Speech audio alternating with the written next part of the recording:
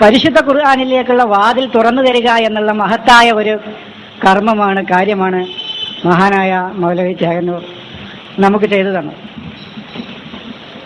ഇനി നമ്മൾ ആ തുറന്നു തന്ന വാതിലിലൂടെ ഉള്ളിൽ പ്രവേശിച്ച ഖുർആനിലുള്ള കാര്യങ്ങൾ, ഖുർആനിലിന്റെ ആശയങ്ങൾ ലോകത്തെ അറിയിക്കുക എന്ന മഹത്തായ ഒരു ഉത്തരവാദിത്തമാണ് നമ്മെ അദ്ദേഹം ഏൽപ്പിച്ചിട്ടുള്ളത്. നമ്മൾ മനസ്സിലാക്കുന്നത് പോലെയൊന്നല്ല ഇന്ന് ഖുർആൻ. നിങ്ങൾക്കറിയോ, ഈജിപ്തിൽ ബുഖാരി എന്ന് പറയുന്ന സംഭവം തന്നെ ഇപ്പൊ കേൾക്കാൻ പാടില്ല എന്നാ. ബുഖാരി എന്നുള്ള ആളെ കുറിച്ച് തന്നെ ഈജിപ്തിന്റെ സർവകലാശാലകളിൽ സംസാരിക്കാൻ പാടില്ല. ലോകത്തിന്റെ നാനാഭാഗങ്ങളിൽ ഖുർആനികമായ നവോത്ഥാനങ്ങളും പ്രവർത്തനങ്ങളും സജീവമായി നടന്നുകൊണ്ടിരിക്കുന്നു. നമ്മൾ ഈ വളരെ നിസ്സാരമായി തള്ളുന്നത് പോലെ ഒന്നല്ലെന്ന് പരിശുദ്ധ ഖുർആനിന്റെ മൂവ്മെന്റ്, വിശുദ്ധ ഖുർആനിന്റെ ചലനം എന്ന് പറയുന്നത് ലോകത്ത് സജീവമായി നടന്നുകൊണ്ടിരിക്കുകയാണ്. നിങ്ങൾ പഠിക്കുന്ന വിദ്യാർത്ഥികൾ, ചെറുപ്പക്കാരായ വിദ്യാർത്ഥികളുണ്ടെങ്കിൽ സൈറ്റുകളൊന്ന് പരിശോധിച്ച് നോക്കുക. ഇന്ന് ലോകത്ത് നടക്കുന്ന ഖുർആനികമായ ചലനങ്ങൾ, ഖുർആനികമായ പഠനങ്ങൾ, ഖുർആനികമായ ഗവേഷണങ്ങൾ ലോകത്ത് നടന്നുകൊണ്ടിരിക്കുന്നുണ്ട്. ഇതെന്തുകൊണ്ടെന്ന് പറഞ്ഞാൽ, ഇപ്പൊ ഞാൻ പറഞ്ഞു, ഏറ്റവും അടുത്ത നെസൽ ഹാമിദ് അബൂ സിയാദ് എന്ന് പറയുന്ന മഹാനായ ഒരു പണ്ഡിതൻ ജർമ്മനിയിൽ, അയാൾ സയൻസിലും ഖുർആനിലും അഗാധമായ പാണ്ഡിത്യം നേടിയ ആളായിരുന്നു. ജർമ്മനിയിലെ വിസിറ്റിംഗ് പ്രൊഫസറായിരുന്നു അദ്ദേഹം, അവിടുത്തെ സർവകലാശാലകളിൽ. അദ്ദേഹം കഴിഞ്ഞ ആഴ്ചയാണ് ഇപ്പോൾ മരിച്ചത്. ഇയാള് അഹമ്മദ് സുബഹി മൻസൂർ. ഏത് വിഷയത്തെക്കുറിച്ചും അഗാധമായ അറിവാണ് അദ്ദേഹത്തിന് ഖുർആനികമായിട്ട്. ഈജിപ്തിലെ സർവകലാശാലയിൽ അദ്ദേഹം പ്രൊഫസറായിരുന്നു. അറബ് ടൈംസിൽ അദ്ദേഹം ലേഖനങ്ങൾ എഴുതിയിരുന്നു. ആ കാലഘട്ടത്തിൽ തന്നെ അദ്ദേഹത്തിന്റെ ലേഖനങ്ങൾ വായിക്കുമ്പോൾ എനിക്ക് മനസ്സിലായിട്ടുണ്ട് ഇദ്ദേഹം ഖുർആനിലേക്ക് തിരിയാൻ സാധ്യത. അന്ന് അദ്ദേഹം അഹ്ലുസ് സുന്നത്തിന്റെ പ്രവർത്തകനായിരുന്നു, അന്ന് സൗദിയിൽ. എഴുതിക്കൊണ്ടിരിക്കുമ്പോൾ അന്ന് പല വിഷയങ്ങളും ആധുനികമായ കാഴ്ചപ്പാടോടുകൂടി അദ്ദേഹം അന്ന് തന്നെ എഴുതിയിരുന്നു. പക്ഷേ അദ്ദേഹത്തിന്റെ പ്രസ് കത്തിച്ചു, കൂടെയുള്ള രണ്ടാളുകളെ വധിച്ചു കളഞ്ഞു. അദ്ദേഹം ഇന്ന് അമേരിക്കയിലേക്ക് പോയി. അവിടെ നിന്നിട്ടാണ് ഇന്ന് ദിവസേന എഴുതിക്കൊണ്ടിരിക്കുന്നത് അദ്ദേഹത്തിന്റെ സൈറ്റ്. ഇങ്ങനെ പേരെടുത്ത് പറയാം, ഷബീർ അഹമ്മദ്, ഐരിൽ സഫർ, ഇങ്ങനെ ഒരുപാട് പറയാൻ പറ്റൂല. അത്രക്ക് ചിന്തകന്മാർ, പണ്ഡിതന്മാർ ഈ ഖുർആനിനെ കുറിച്ച് ഗവേഷണം നടത്തുകയും പഠിക്കുകയും ഇതിന്റെ വിവരങ്ങൾ ലോകത്തിന് നൽകിക്കൊണ്ടിരിക്കുകയും ചെയ്യുന്നുണ്ട്. വളർന്നു വരുന്ന സമൂഹം, നമ്മളിവിടെ സൂചിപ്പിച്ചല്ലോ, ഇവിടെ പല ആളുകളും സൂചിപ്പിച്ചു, പരിശുദ്ധ ഖുർആനിന് ഒരു നവോത്ഥാനം ഉണ്ടാകാൻ പോവുകയാണ്. അപ്പോഴാണ് മൗലവി ഖുർആനിലെ പല യാഥാർത്ഥ്യങ്ങളും പറഞ്ഞതുകൊണ്ടാണ് അദ്ദേഹത്തെ ഈ ആളുകൾ ഈ രൂപത്തിൽ നിഷ്കാസനം ചെയ്യാൻ, തട്ടിക്കൊണ്ടുപോകാൻ പ്രേരണയാണ്. അത് ഈ മുസ്ലിം സമൂഹത്തിൽ മാത്രമേ ഉള്ളൂ. അത് ഇപ്പൊ നമ്മള് ടി വികളിലും നമ്മുടെ മാധ്യമങ്ങളിലും ഒക്കെ ദിവസേന എന്ന് ഓണം കാണുന്ന ഈ ഹിന്ദുക്കളിലെ അവരുടെ ഗീതയുടെ പുതിയ വിശദീകരണം നൽകുന്ന ഒരു സ്വാമിയുണ്ട്. പല സ്വാമിമാരുണ്ട്. പക്ഷേ ആ സ്വാമിയുടെ വിശദീകരണങ്ങൾ വരെ ആ മതസ്ഥർ വളരെ ക്ഷമാപൂർവം കേൾക്കുകയും അതിനോട് ഒരിക്കലും തന്നെ ഇതുവരെ അവരൊരു വൈകാരികമായി പ്രതികരിച്ചിട്ടില്ല. ഈ വൈകാരികമായ രീതിയിലുള്ള പ്രതികരണം എന്ന് പറയുന്നത് ഈ പൗരസ്ത്യ മതങ്ങളിലുള്ള മതത്തിന്റെ ആളുകളുടെയും ഒരു പണിയാണ്. ഇപ്പൊ ഹിന്ദു മതത്തിന്റെ ഗീതയുടെ വ്യാഖ്യാനങ്ങൾ നിങ്ങൾ എല്ലാവരും കേൾക്കുന്നതാണത്. പുതിയ വ്യാഖ്യാനങ്ങൾ അദ്ദേഹം ടി വിയിലൂടെ ഒക്കെ നൽകുന്നു, മാധ്യമങ്ങളിലൂടെ നൽകുന്നു. അദ്ദേഹം പറയുന്ന സരസ്വതിയെ ദൈവം സ്നേഹിച്ചു എന്ന് പറഞ്ഞാൽ, സരസ്വതി എന്ന് പറഞ്ഞാൽ വിജ്ഞാനമാണ്, വിജ്ഞാനത്തെയാണ് ഈശ്വരൻ സ്നേഹിച്ചത് എന്ന് പറയുന്നു. അവിടുത്തെ ഹിന്ദുക്കൾ ദേഷ്യപ്പെടുന്നില്ല. സുദർശന ചക്രം എന്ന് പറഞ്ഞാൽ നല്ല ആശയത്തിന്റെ ചക്രമാണെന്നും, അസുരൻ എന്ന് പറഞ്ഞാൽ ചീത്തയുടെയും തിന്മയുടെയും പ്രതീകമാണെന്നും, ആ നല്ല ആശയങ്ങൾ കൊണ്ട് തിന്മയുടെ പ്രതീകങ്ങളെയാണ് വധിച്ചു കളയുന്നത് എന്നുള്ള, ഞാൻ ആ വിഷയം പറയുന്നില്ല, അതൊരു ഭയങ്കരമായൊരു വിഷയമാണത്, ഞാൻ സൂചിപ്പിക്കുന്നത് മാത്രമേ ഉള്ളൂ. പക്ഷെ ഒരിക്കലും ആ സുദർശന ചക്രം എന്ന് പറഞ്ഞാൽ നല്ല ആശയം, സുദർശനം, നല്ല ദർശനം, ആ നല്ല ദർശനങ്ങൾ കൊണ്ട് അസുരൻ, അതായത് ചീത്ത ആശയങ്ങളെ നശിപ്പിക്കുകയാണ് ചെയ്തിട്ടുള്ളത് എന്ന് ആ ഗീതയുടെ ആധുനികമായ വ്യാഖ്യാനം നൽകുമ്പോൾ അവിടെ ഒരു ഹിന്ദുവും അസഹിഷ്ണുവാകുന്നില്ല, ഒരു ഹിന്ദുവും വൈകാരികമായി പ്രതികരിക്കുന്നില്ല, ഒരു ഹിന്ദുവും ആ സ്വാമിയെ തട്ടിക്കൊണ്ടുപോയി കൊല്ലാൻ ശ്രമിക്കുന്നില്ല. പക്ഷെ മുസ്ലിങ്ങൾക്ക് എന്തോ ക്ഷമിക്കാൻ, സഹിക്കാൻ, ക്ഷമയോടുകൂടി പറയുന്ന ആശയങ്ങൾ കേൾക്കാൻ ഈ ആളുകൾ തയ്യാറല്ല, സഹിഷ്ണുക്കളല്ല. അതെന്തുകൊണ്ടാണ് ഇങ്ങനെ സംഭവിക്കുന്നത് എനിക്കറിയില്ല. അത് ഈ പ്രത്യയശാസ്ത്രം പഠിപ്പിച്ച വികലമായ ആശയത്തിന്റെ പരിണിത ഫലമായിട്ട് ഈ സമൂഹത്തിൽ വന്നു ചേർന്ന ഒരു വൈകാരികമായ ഒരു ദൂഷ്യമാണത്. നമ്മളൊരു ആശയം പറയുന്നു, അത് ശരിയോ തെറ്റോ ചർച്ച ചെയ്യാലോ. നമ്മൾ മൗലവിയെ സ്നേഹിക്കുക എന്ന് പറഞ്ഞാൽ മൗലവി പറഞ്ഞത് അപ്പടി പറയാന്നല്ല, അങ്ങനെ ആളുകൾ തെറ്റിദ്ധരിച്ചിട്ടുണ്ട്. മൗലവി എന്താ പറഞ്ഞത്? ഖുർആനാ പറഞ്ഞത്. നമ്മളെന്താ ചെയ്യേണ്ടത്? ആ ഖുർആനാ പറയേണ്ടത്. ഇത് ഒരു വ്യക്തിപൂജയായിട്ടല്ല, മറിച്ച് ചില ആളുകൾ അങ്ങനെ പ്രചരിപ്പിക്കുന്നുണ്ട്. പരിശുദ്ധ ഖുർആനിന്റെ പ്രചരണം നടത്തുക, അത് ഈ പരിശുദ്ധ ഖുർആനിന്റെ പ്രചരണത്തിന് വേണ്ടി സ്വന്തം ജീവൻ ത്യജിച്ച ഒരാളുടെ ഓർമ്മപ്പെടുത്തലോടുകൂടി അത് നടത്തുക എന്ന രൂപത്തിലേ നമ്മൾ ഈ പരിപാടി സംഘടിപ്പിക്കുന്നത് കൊണ്ട് ഉദ്ദേശിച്ചിട്ടുള്ളൂ എന്നാണ് ഞാൻ മനസ്സിലാക്കുന്നത്. അതിനപ്പുറത്തേക്ക് പോകുന്നുണ്ടെങ്കിൽ എനിക്ക് യോജിപ്പൊന്നുമില്ല. കാരണം വ്യക്തിപൂജ എന്ന് പറയുന്നത് പരിശുദ്ധ ഖുർആനിൽ ഇല്ലേ ഇല്ല.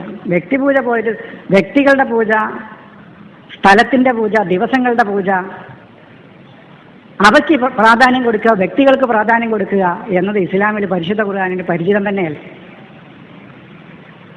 പരിശുദ്ധ ഖുർആനിന് പരിചയമില്ലാത്ത ഒരു വശമാണത്. മുഹമ്മദ് നബിക്ക് വരെ പ്രാധാന്യം പരിശുദ്ധ ഖുർആൻ കൊടുത്തിട്ടില്ല. അതാണ് നമ്മൾ ഈ മുടി, മൂത്രം, വിയർപ്പ്, കാഷ്ടം എന്നൊക്കെ പറയുമ്പോൾ നമുക്കതിൽ വലിയ അത്ഭുതമൊന്നുമില്ല. അത് ഒരു കൂട്ടർ അങ്ങനെ പറഞ്ഞോട്ടെ, നമ്മളെന്തിനാ അതിനെ പിന്നാലെ പോകണമെന്ന് എന്നെ സംബന്ധിച്ച് അതിനെക്കുറിച്ചുള്ള അഭിപ്രായം. പരിശുദ്ധ ഖുർആനിൽ അങ്ങനെ ഒരു വിഷയം തന്നെ അള്ളാഹു പറയാത്ത സ്ഥിതിക്ക് പിന്നെ നമ്മൾ അതിൻ്റെ പിന്നാലെ പോയിട്ട് വെറുതെ സമയവും നമ്മുടെ അധ്വാനവും നമ്മുടെ പ്രവർത്തനങ്ങളും അതിനു വേണ്ടി ചെലവഴിക്കേണ്ട ആവശ്യമില്ല. മുഹമ്മദ് നബിയിൽ വിശ്വസിക്കാൻ വരെ പറഞ്ഞിട്ടില്ല പരിശുദ്ധ ഖുർആൻ. അതല്ലേ, നിങ്ങൾ മുഹമ്മദിൽ വിശ്വസിക്കൂ എന്ന് പറഞ്ഞിട്ടില്ലല്ലോ പരിശുദ്ധ ഖുർആൻ. ഇത് വെറുതെ അങ്ങോട്ട് ഒരു ആലങ്കാരിക പ്രയോഗത്തിന് വേണ്ടി, ഞാൻ ഒരു വാക്കസരത്തിന് വേണ്ടി പറയല്ല. പരിശുദ്ധ ഖുർആനിൽ പറഞ്ഞിട്ടില്ല നിങ്ങൾ വത്തബിഉ ബി മുഹമ്മദ് എന്ന് പറഞ്ഞിട്ടില്ല, അല്ലെങ്കിൽ ആമിനു ബി മുഹമ്മദ് എന്ന് പറഞ്ഞിട്ടില്ല. വത്തബിഉ നൂറല്ലദീ ഉൻസില മഅഹു എന്നേ പറഞ്ഞിട്ടുള്ളൂ. അദ്ദേഹത്തിന്റെ കൂടെ അവതരിപ്പിക്കപ്പെട്ട പ്രകാശത്തെ നിങ്ങൾ പിൻപറ്റൂ എന്നേ പറഞ്ഞിട്ടുള്ളൂ.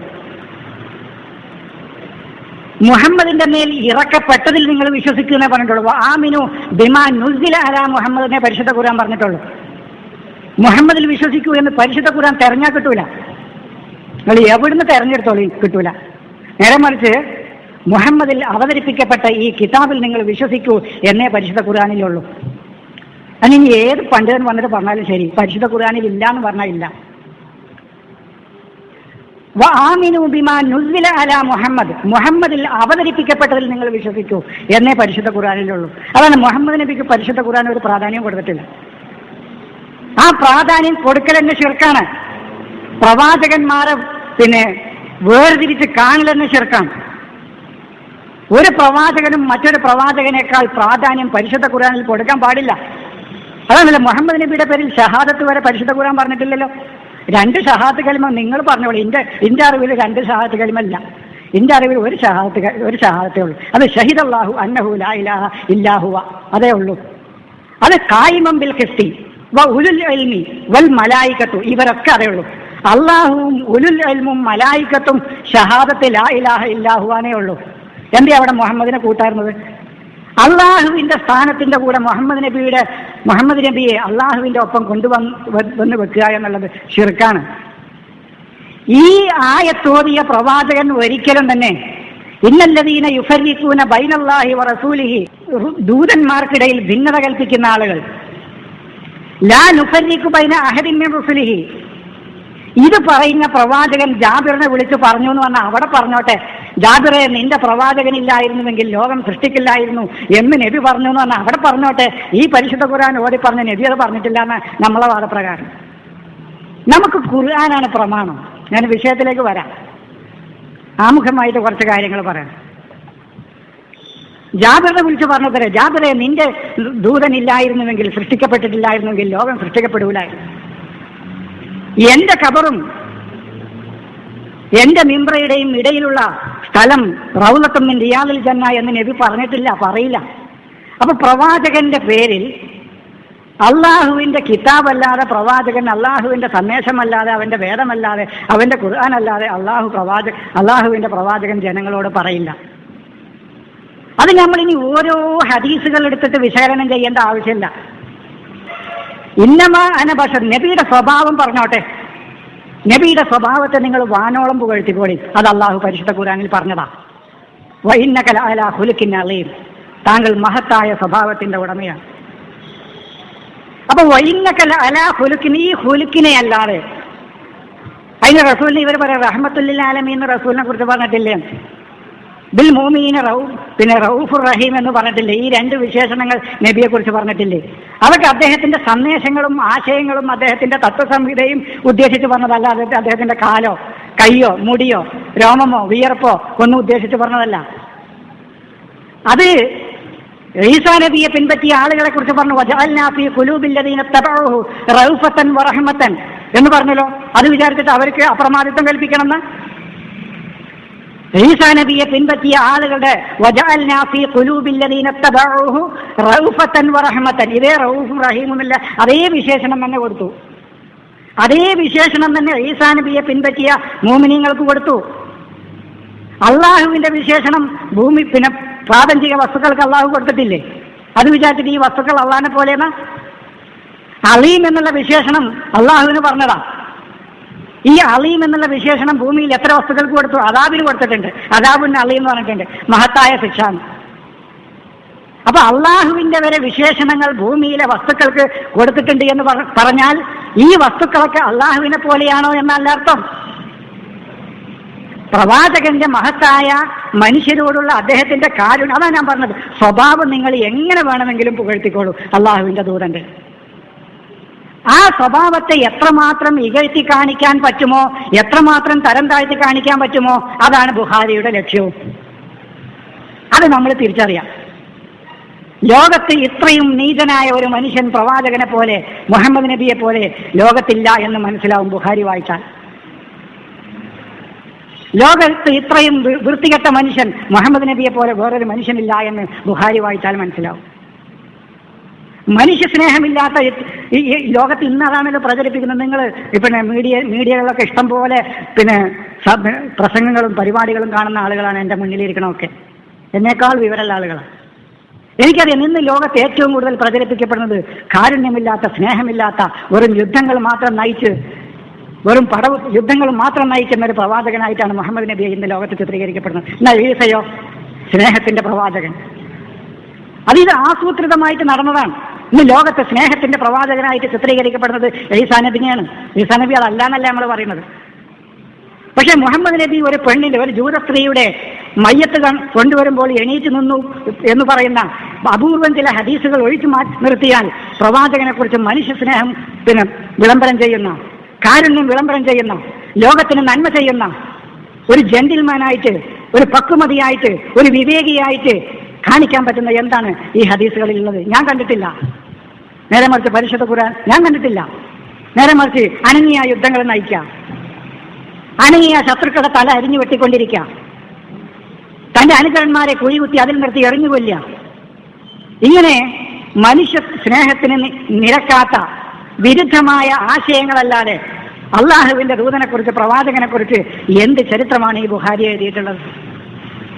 അതിന് ഒരു സ്ത്രീ പറയണ്ട്, ഒരു യുദ്ധവേളയിൽ, ഒരു യുദ്ധത്തിൽ തന്റെ ഭർത്താവും പിതാവും മകനും കൊല്ലപ്പെട്ട് പോരുന്ന ഒരു യുദ്ധവേളയിലാണ് സഫിയാനെ നബി വിവാഹം കഴിക്കണമെന്ന. മനുഷ്യന്റെ മനസ്സാക്ഷിക്ക് യോജിക്കാത്തൊരു കാര്യമല്ല അത്. എന്നിട്ട് ഒരു സ്ത്രീ ചോദിക്കുന്നത്, വഫ എന്ന് പറയുന്ന സ്ത്രീ ഈ ഒരു TV ചാനലിൽ കർലാവിനോട് ചോദിക്കുകയാണ്, ലോകത്ത് ഇത്രയും മനസ്സാക്ഷിയില്ലാത്ത ഒരു പ്രവൃത്തി ചെയ്ത പ്രവാചകൻ മുഹമ്മദ് അല്ലാതെ വേറുണ്ടാവുക?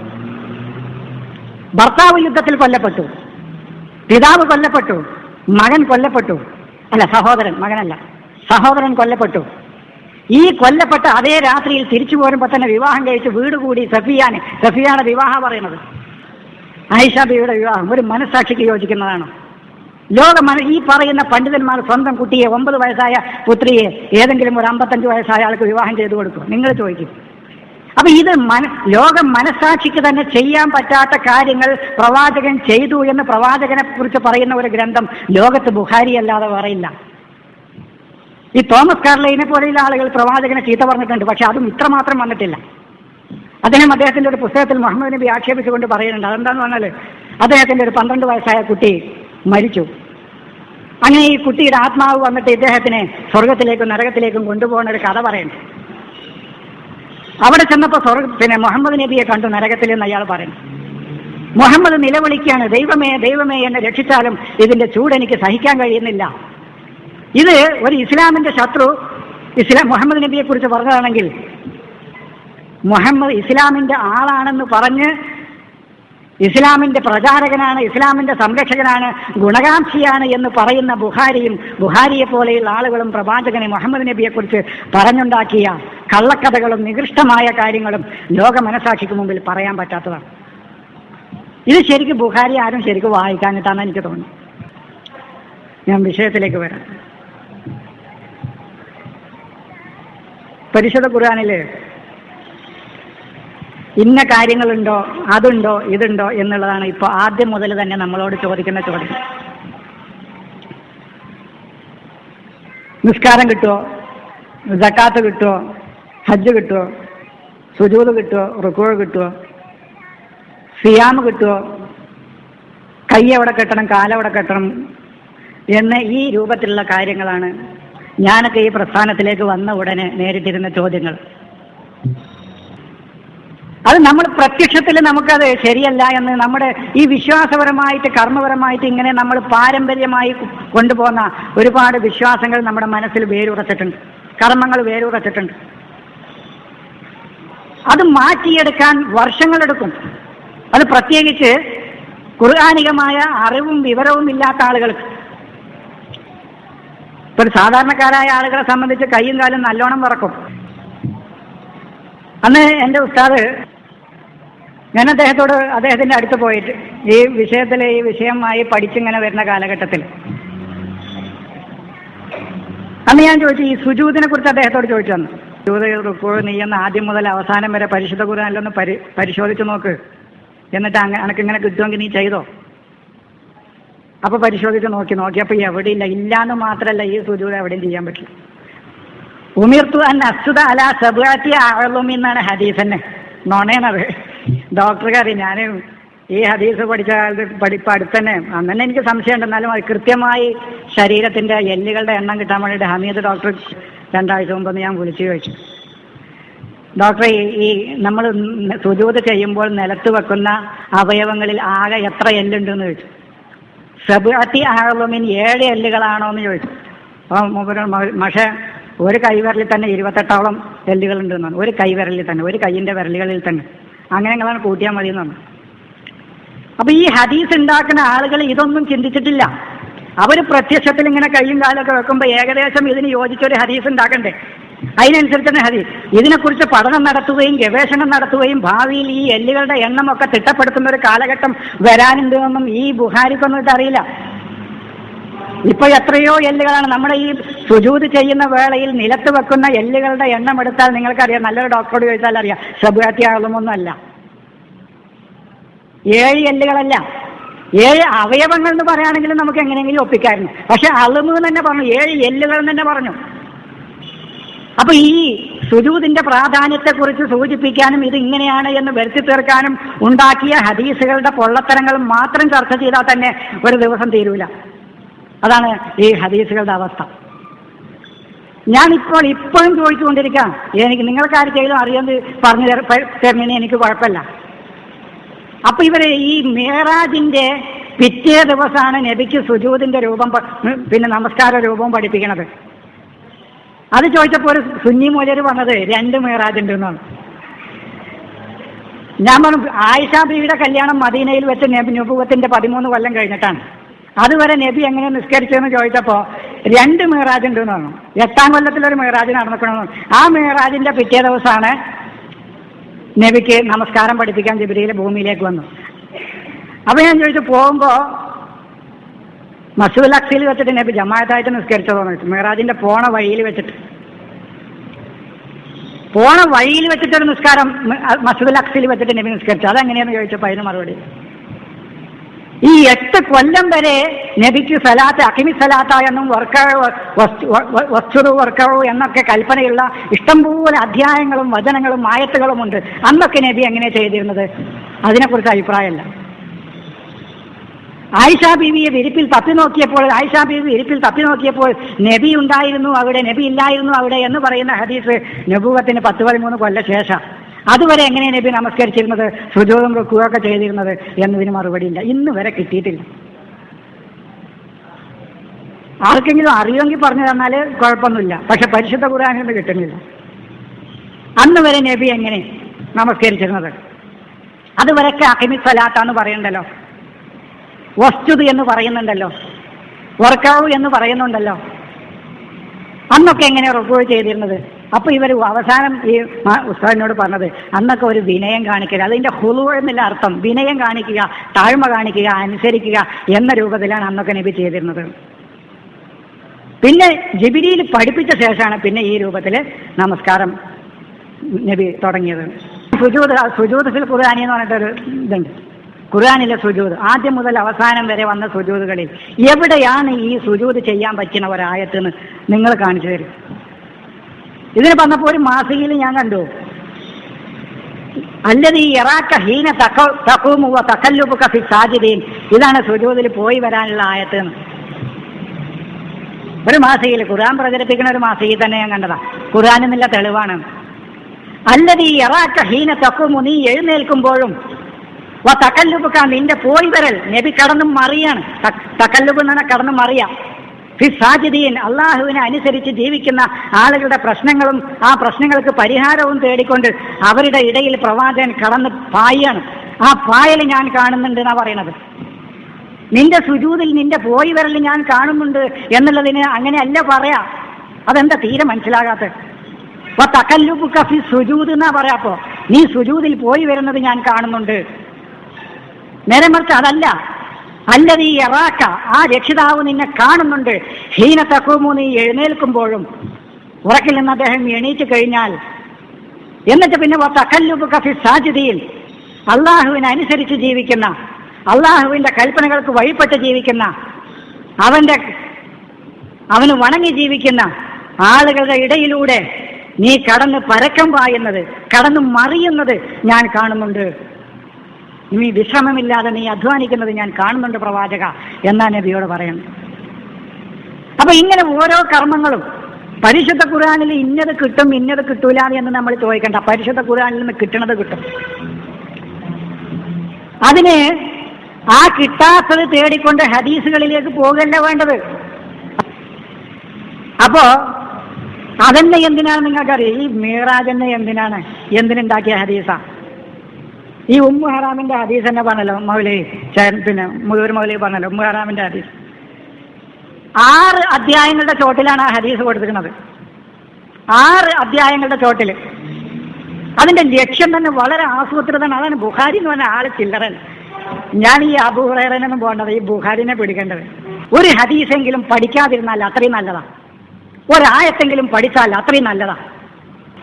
ഈ ഉമ്മു ഹറാമിന്റെ ഹദീസ് 6 അധ്യായങ്ങളുടെ ചുവട്ടിലാണ് ഇയാൾ വളരെ ആ പേരെന്നെ ആസൂത്രിത. അതാ നിങ്ങൾക്ക് ഹറാമിന്റെ മാതാവ്, എല്ലാ ഹറാം പറപ്പിന്റെ ഇമ്മാന്നാണ്.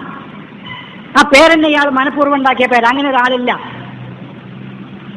ആ പേരെന്നെ വളരെ ആസൂത്രിത. അതൊക്കെ ഞാൻ വിശകലനം ചെയ്തിട്ടുണ്ട്. ആ പേര് പോലും ബുഖാരി വളരെ ആസൂത്രിതമായി ഉണ്ടാക്കിയ പേരാണ് ഞാൻ പറയുന്നത്.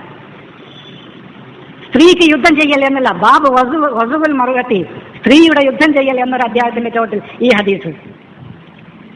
ബാബു മാഖീല ഫീ ഖിതാലി റോം, റോമുകാരോടുള്ള യുദ്ധത്തെക്കുറിച്ച് പറയപ്പെട്ട അധ്യായം എന്ന് പറയുന്ന അധ്യായത്തിന്റെ ചോട്ടിൽ ഇതേ ഹദീസ് വ്യത്യസ്ത രൂപത്തിൽ. അതുപോലെ തന്നെ മൻ സാറ കൗമൻ, ഒരാൾ ഒരു സമൂഹത്തെ സന്ദർശിക്കുകയും കാല ഇൻഡഹും, അവരുടെ അടുത്ത് ഉച്ചക്ക് ഉറങ്ങുകയും ചെയ്താൽ, കാല എന്ന് പറഞ്ഞാൽ അവിടെ പറഞ്ഞു എന്നല്ല, ഉറങ്ങിന കൈലൂലത്തിന്റെ ഉറക്കം, അവരുടെ അടുത്ത് ഉച്ചക്ക് ഉറങ്ങുകയും ചെയ്യാൻ പറ്റുമോ എന്നുള്ളൊരു അധ്യായത്തിന്റെ ചുവട്ടിൽ. ബാബു അദ്ദുആഉ ഫിൽ ജിഹാദി വ ഷഹാദത്തി എന്നുള്ള അധ്യായത്തിന്റെ ചുവട്ടിൽ. ഇങ്ങനെ 6ഓളം അധ്യായങ്ങളുടെ ചുവട്ടിൽ ഇതേ ഹദീസ് വളരെ ആസൂത്രിതമായി വിവിധങ്ങളായ രൂപത്തിൽ ഇയാൾ റിപ്പോർട്ട് ചെയ്തിട്ടുണ്ട്. അതിൽ ഒരു ഹദീസിൽ ഉറങ്ങുമ്പോന്നാ, ഉച്ചക്ക് ഉറങ്ങുമ്പോ, ഒരു ഹദീസിൽ ഇവളെ ചാരി നിൽക്കുമ്പോന്നാ, ഇവളെ ചാരി നിൽക്കുമ്പോ നബി ചിരിച്ചുന്നാ, ചിരിച്ചിട്ട് ഇങ്ങനെ എണീക്കും ഒരു പിരാന്തനെ പോലെ. റസൂലുള്ളാഹിനെ കുറിച്ച് എനിക്ക് പറയണ ഈ ഹദീസ് പറഞ്ഞാൽ ഞാൻ പറയാത്തതാണ്. റസൂലുള്ളാഹിനെ കുറിച്ച് അറിഞ്ഞോ അറിയാതെയോ ഈ ബുഖാരി പറഞ്ഞു എന്ന പേരിലെങ്കിലും പറയേണ്ടി വരും എന്ന് പേടിച്ചിട്ട്. എന്താ ഉറക്കത്തിൽ നിന്ന് നീക്കച്ചിരിക്കുക, എന്താ അങ്ങനെ ചിരിക്കണമെന്ന്.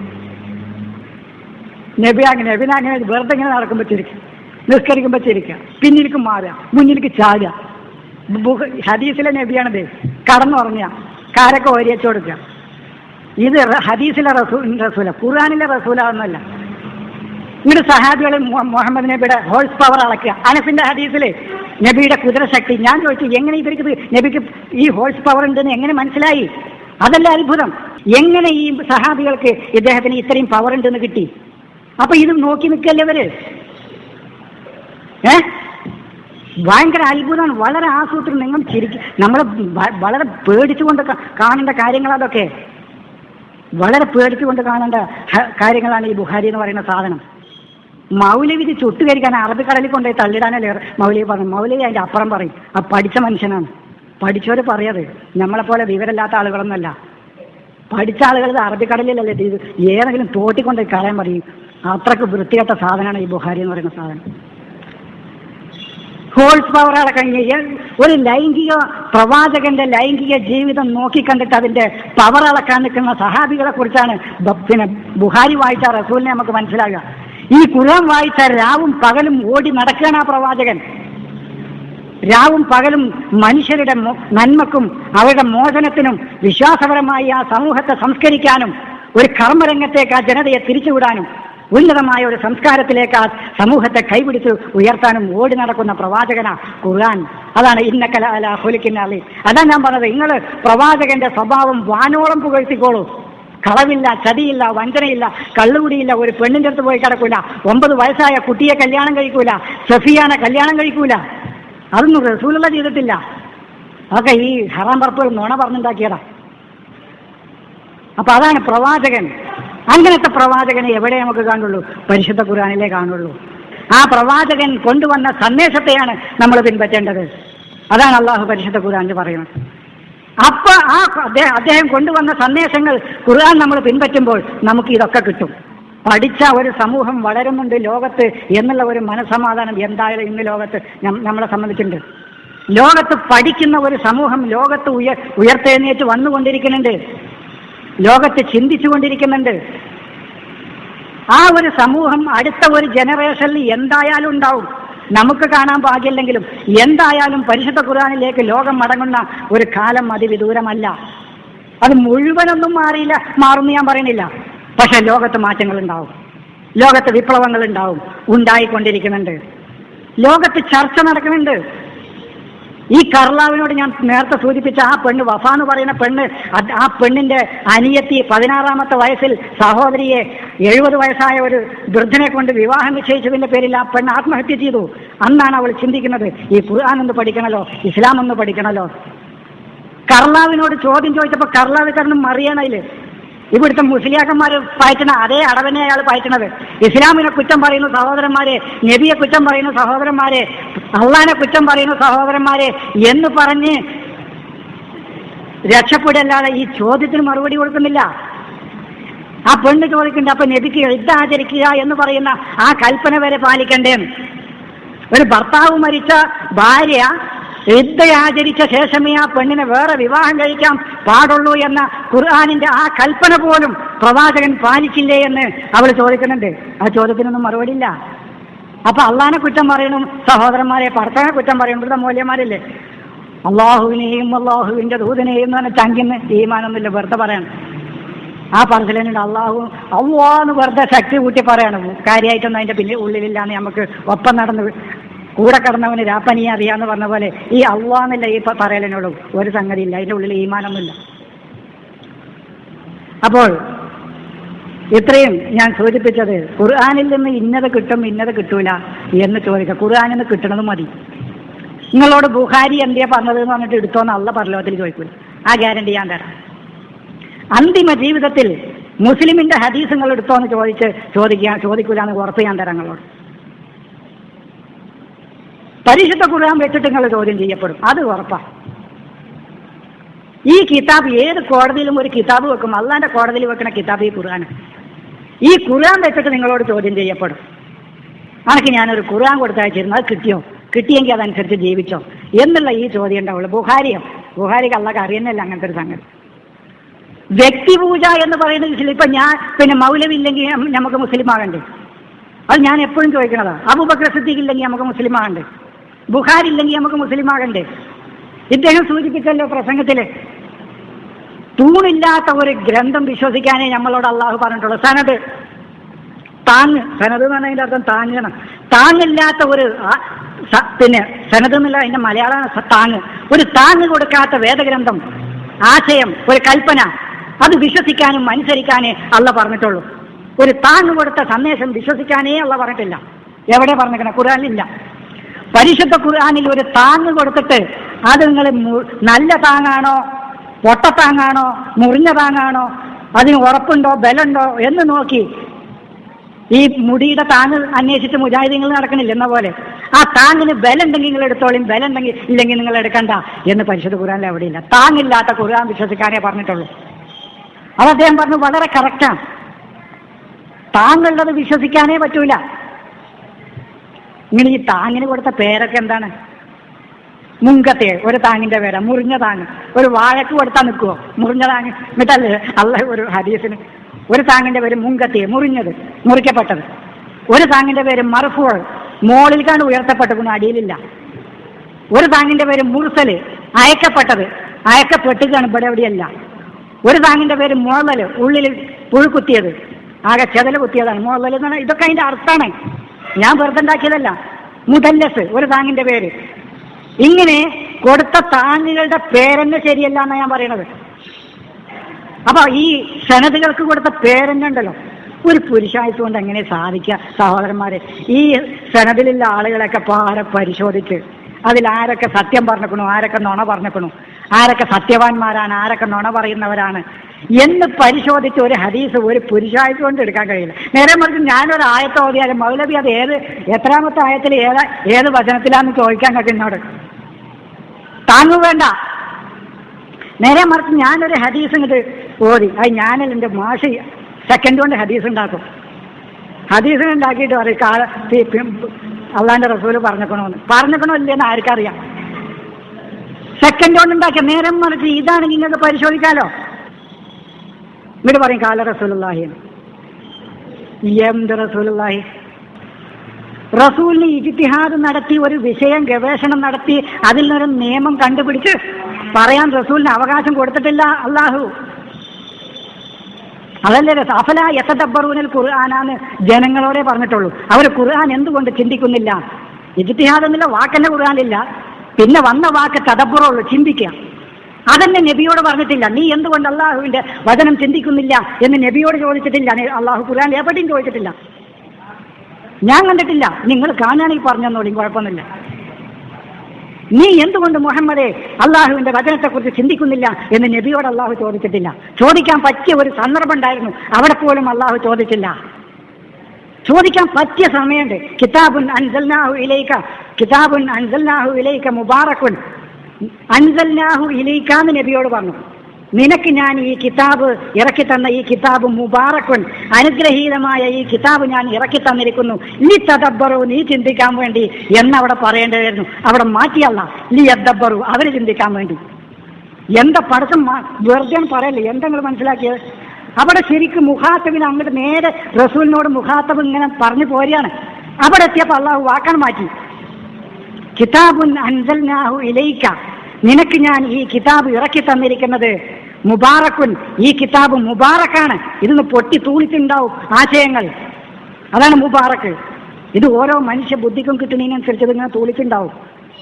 അതെന്തിനാണ്? അത് തൂളിച്ചുണ്ടാകുന്ന ഈ കിതാബ് എന്തിനാണ് ഞാൻ നിനക്കിറക്കി തന്നത്? ലി യദ്ദബ്ബറു, അവിടെ ശരിക്കും പറയായിരുന്നു അള്ളാഹ്ക്ക്, നീ തദബ്ബറു, നീ ചിന്തിക്കാൻ വേണ്ടിയിട്ടാണ് പറഞ്ഞില്ല. അതാ ഞാൻ ഇങ്ങനെ എന്തിപ്പോ അല്ല ഉടനെ മാറ്റിയാലോ? ഈ അള്ള ഭയങ്കര അവൾ തന്നെയാണ്. ഇങ്ങനെ പറഞ്ഞ് നബിനോട് ഇങ്ങനെ പറഞ്ഞു പോരുന്ന അവിടെ എത്തിയപ്പോൾ ഒറ്റ ഫ്ലൈറ്റ് മാറ്റാം. നബിക്ക് ചിന്തിക്കാൻ അവകാശം കൊടുക്കുക. ഇത് പറയാം, അള്ള പറഞ്ഞ കിതാബാണ് പറഞ്ഞു കൊടുക്കുക. അതാണ് നബിയുടെ ഡ്യൂട്ടി. ഒമാ അല റസൂലിന ഇല്ലൽ ബലാഗുൽ മുബീൻ. ഒമാ അല ഇല്ല എന്ന് പറഞ്ഞ ഭാഷ അറിയുന്ന ആളുകൾക്ക് അറിയാം, അതല്ലാതെ വേറില്ലാന്ന്. മാ അല ഇല്ല, അറബി ഭാഷ അറിയുന്ന ഏത് പണ്ഡിതനോട് ചോദിച്ചോളൂ, മാ അല ഇല്ല എന്ന് പറഞ്ഞാൽ അതല്ലാതെ വേറില്ല. എന്നോട് ചോദിക്കണ്ട, എനിക്ക് അത്രയൊന്നും അറിയില്ല. അത് അറിയുന്ന പണ്ഡിതന്മാരോട് ചോദിക്കും. മാ അല ഇല്ല എന്ന് പറഞ്ഞാൽ അതല്ലാതെ വേറെ ഇല്ല എന്ന് പറഞ്ഞാൽ വേറെ ഡ്യൂട്ടി ഇല്ല. പിന്നെ എന്താ ഇതിന് തഫ്സീർ എടുക്കുന്നത്?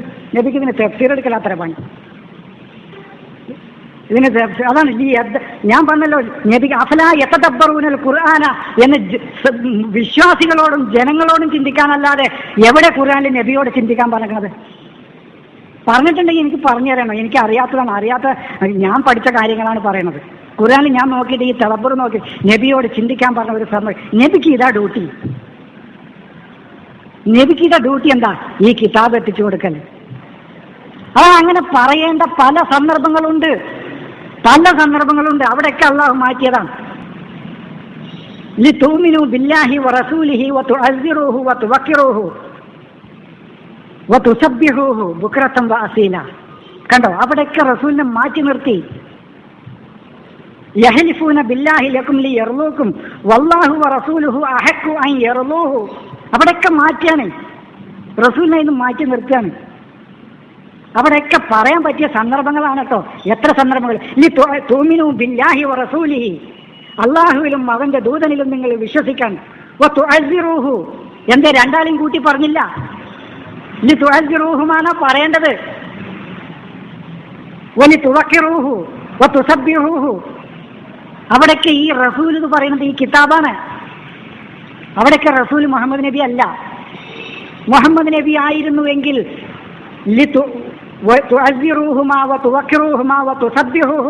എന്നാ പറയാ.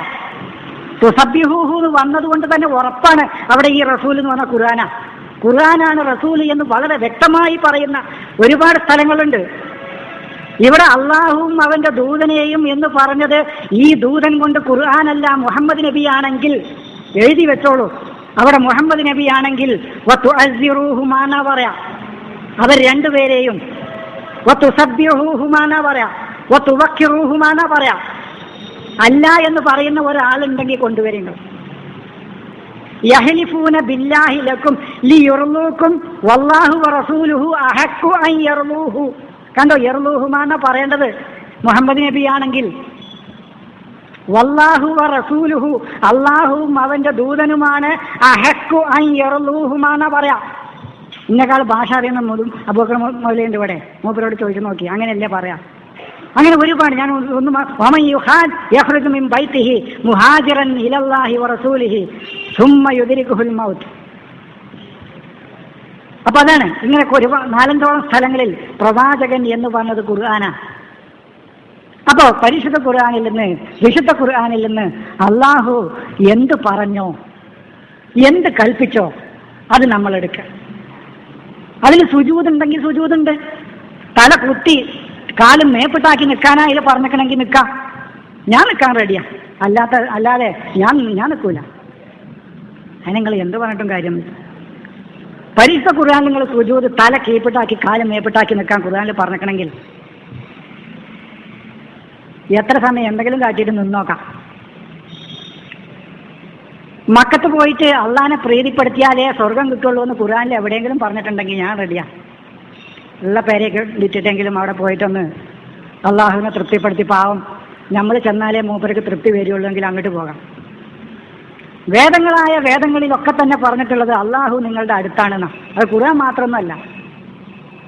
നഹ്നു അഖ്റബു ഇലൈഹി മിൻ ഹബിലിൽ വരീദ് വൈദാ സഅലക ഇബാദി അന്നി ഫഇന്നി ഖരീബ് എന്നൊക്കെ പറഞ്ഞ വേദങ്ങളിലും അങ്ങനെ തന്നെ പറഞ്ഞത്. ഇങ്ങനെ നിങ്ങളുടെ നാഥൻ നിങ്ങളുടെ അടുത്ത് തന്നെ ഉണ്ട് എന്ന് പറയുന്ന ആ നാഥനെ തെരഞ്ഞിട്ട് എവിടേക്കായി പോണത്? അത് ഈ കാശിന്റെ മുതലാളിമാർ പോണതിന് വലിയ പ്രയാസമൊന്നും ഞമ്മക്കില്ല. പക്ഷെ സാധുക്കൾ വീട് വിറ്റിട്ടാപ്പ പോണത്. അത്രമാത്രം ഈ കച്ചവടം വിപുലമായി വികസിച്ച് കഴിഞ്ഞിട്ടുണ്ട്. ഈ ഹജ്ജ് കച്ചവടം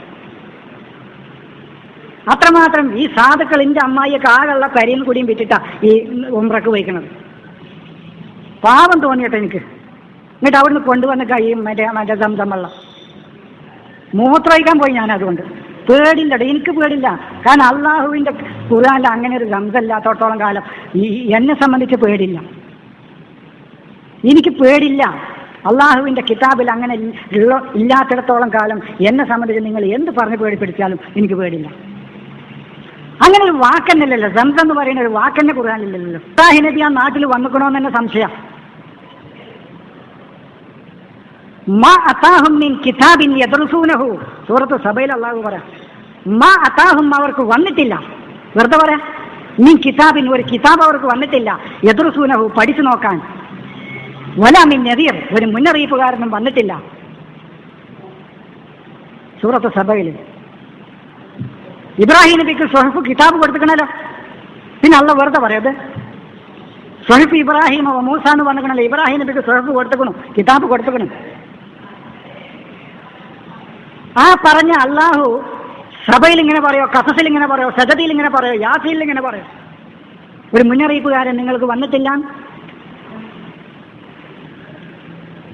സഭയിൽ ആയത്താ ഞാൻ ഓതിയത്, മാ അതാഹും മിൻ കിതാബിൻ അവർക്ക് വന്നിട്ടില്ല, ഒരു കിതാബ് വന്നിട്ടില്ല, യദ്റുസൂനഹു പഠിച്ചു നോക്കാൻ, വലാ മിൻ നദീർ.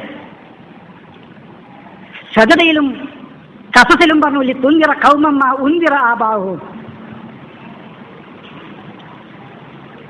ഈ തുൻദിറ ഖൗമൻ മാ അതാഹും മിൻ നദീർ അത് ഖസസിലും സജദയിലും അങ്ങനെ, മറ്റത് യാസീനിലാണ്. നിന്നെ ഞാൻ ഈ സത്യമായ വേദം കൊണ്ട് അയച്ചിരിക്കുന്നത് എന്തിനാണ് എന്ന് സൂറത്ത് ഖസസിലും സജദയിലും സബയിലും അള്ളാഹു പറയുന്നു. എന്തിനാണ്? ലിതുൻദിറ ഖൗമൻ ഒരു ജനതയെ നീ മുന്നറിയിപ്പ് കൊടുക്കാൻ, മാ അതാഹും അവർക്ക് വന്നിട്ടില്ല, മിൻ നദീരിൻ ഒരു മുന്നറിയിപ്പുകാരൻ മുമ്പ് വന്നിട്ടില്ല എന്ന് വളരെ വ്യക്തമായിട്ട് പരിശുദ്ധ ഖുർആനിൽ 5 or 6 ആയത്തുകളിൽ അള്ളാഹു ഖുർആനിൽ പറഞ്ഞിട്ട് ആ നാട്ടിൽ ഇബ്രാഹിം നബി വന്നു എന്ന് പറഞ്ഞാൽ എനിക്ക് വിശ്വസിക്കാൻ കഴിയുന്നില്ല. അങ്ങനെ വന്നിട്ടുണ്ടെങ്കിൽ ഇബ്രാഹിം നബി മക്കത്ത് വന്നു എന്ന് ഖുർആനിൽ പറയാലോ. ആ ഇബ്രാഹിം നബിയുടെ വിളി കേൾക്കാൻ എന്തുകൊണ്ട് മൂസ വന്നില്ല, ഈസ വന്നില്ല, ഇസ്മായിൽ വന്നു എന്ന് കൂട്ടുക, ഇസ്ഹാഖ് എന്തുകൊണ്ട് വന്നില്ല, യാക്കൂബ് എന്തുകൊണ്ട് വന്നില്ല? ഈ പിതാവിന്റെ വിളി കേട്ട് ഒരു ഹജ്ജ് ചെയ്യാൻ ഇത്രയും വലിയ പുണ്യമുള്ള കാര്യമാണെങ്കിൽ ശേഷം വന്ന പ്രവാചകന്മാരാരും മക്കത്ത് വന്നൊരു ഹജ്ജ് ചെയ്തതായിട്ട് പരിശുദ്ധ ഖുർആനിൽ എവിടെയും കിട്ടുന്നില്ല, ചരിത്രത്തിലുമില്ല.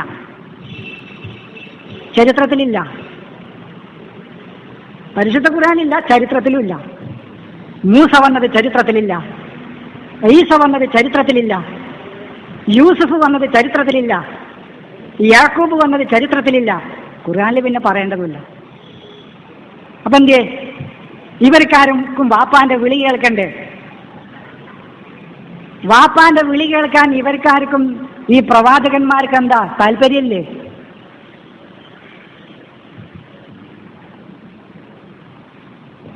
വലാ തബറുജൽ ജാഹിലിയ്യത്തിൽ ഊല എന്ന് ഞാൻ നിസാ നബി എന്ന് വിളിച്ചിട്ട് നബിയുടെ ഭാര്യമാരെ വിളിച്ചിട്ട് ഇങ്ങനെ അള്ളാഹു സംസാരിക്കുകയാണ്. നിങ്ങൾ ഈ ജാഹിലിയ കാലഘട്ടത്തിലെ വെളിപ്പെടലൊന്നും ഇനി വെളിപ്പെടണ്ട. അഖിന്ന സലാത്ത നിസ്കരിച്ചോളി, ആതീന സക്കാത്ത സക്കാത്തും കൊടുത്തോളൂ, അതായന അല്ലാഹ റസൂലഹു അള്ളാഹുവിനെയും അവന്റെ ദൂതനെയും നിങ്ങൾ അനുസരിച്ചുകൊള്ളൂ എന്നൊക്കെ പറഞ്ഞ ശേഷം പിന്നീട് ആ ആയത്തിന്റെ ബാക്കി ഇന്നമാ യുരീദുല്ലാഹു ലിയുദ്ഹിബ അൻകുമുർ റിജ്സ വലിയുതഹിറക്കും അഹ്ലൽ ബൈത്തി തത്ഹീറ. എന്തേ അള്ളാഹു അവിടെ അഭിസംബോധന ഭാര്യമാരെന്ന് മോമിനിങ്ങൾക്ക് മാറ്റിയത് എന്ന് ചോദിച്ചാണ്. അതുവരെയൊക്കെ യാ നിസാ നബി നബിയുടെ പെണ്ണുങ്ങളെ എന്ന് വിളിച്ചിട്ടോ നബിയുടെ ഭാര്യമാരെ എന്ന് വിളിച്ചിട്ട് സംസാരിച്ചു പോന്ന അള്ളാഹു എന്തുകൊണ്ടാണ് ഉസ്താദെ അങ്ങനെ മാറ്റിയത്, മൗലവി അങ്ങനെ മാറ്റിയതെന്ന് വെച്ചു. അദ്ദേഹം പറഞ്ഞ മറുപടി ഉണ്ട്, അത് വേറെ കാര്യപ്പാട്ടെ, അത് അദ്ദേഹം മോശമാണ്, അത് ഞാൻ പറയുന്നില്ല. അപ്പൊ ഞാൻ ചോദിക്കുന്നത്, അപ്പൊ ഞാനിപ്പോൾ അത് പറഞ്ഞു പോയി അറിയാതെ അദ്ദേഹം അത് മോമിനീങ്ങളുടെ ഉദ്ദേശിച്ചിട്ടാണ്, വിശ്വാസികളെ ഉദ്ദേശിച്ചിട്ടാണ് അങ്ങനെ പറഞ്ഞത് എന്ന് സത്യം അറിയാതെ പറഞ്ഞുപോയി. എന്നിട്ട് ഞാൻ ചോദിച്ചു, അപ്പൊ അഹ്ലുൽ ബൈത്ത് എന്ന് പറഞ്ഞാൽ ഈ വ്യവസ്ഥിതിയുടെ ഈ ഇസ്ലാമിന്റെ ആളുകളെ എന്നാണ് അതിന് അർത്ഥം അല്ലേ എന്ന് വരിക അല്ലേ? അപ്പം മുങ്ങി, അവിടെ വെച്ച് മുങ്ങി.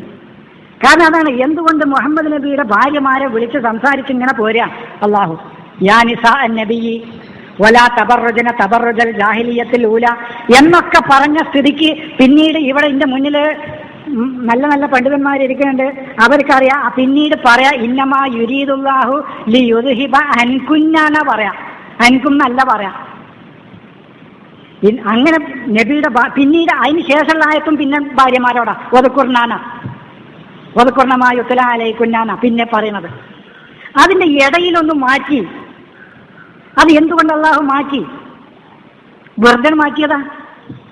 അള്ളാഹ് കണ്ടിട്ട് കളി തമാശയത് ഇടയ്ക്കിടയ്ക്ക് മുഖാത്തബിനെ മാറ്റി. ഞാൻ ചോദിച്ചു ജമ്മു മുഹന്നസിന്റെ മുഖാത്തബ് എന്തിയാ ജമ്മു മുതക്കറാക്കിയതെന്ന് ചോദിച്ചു.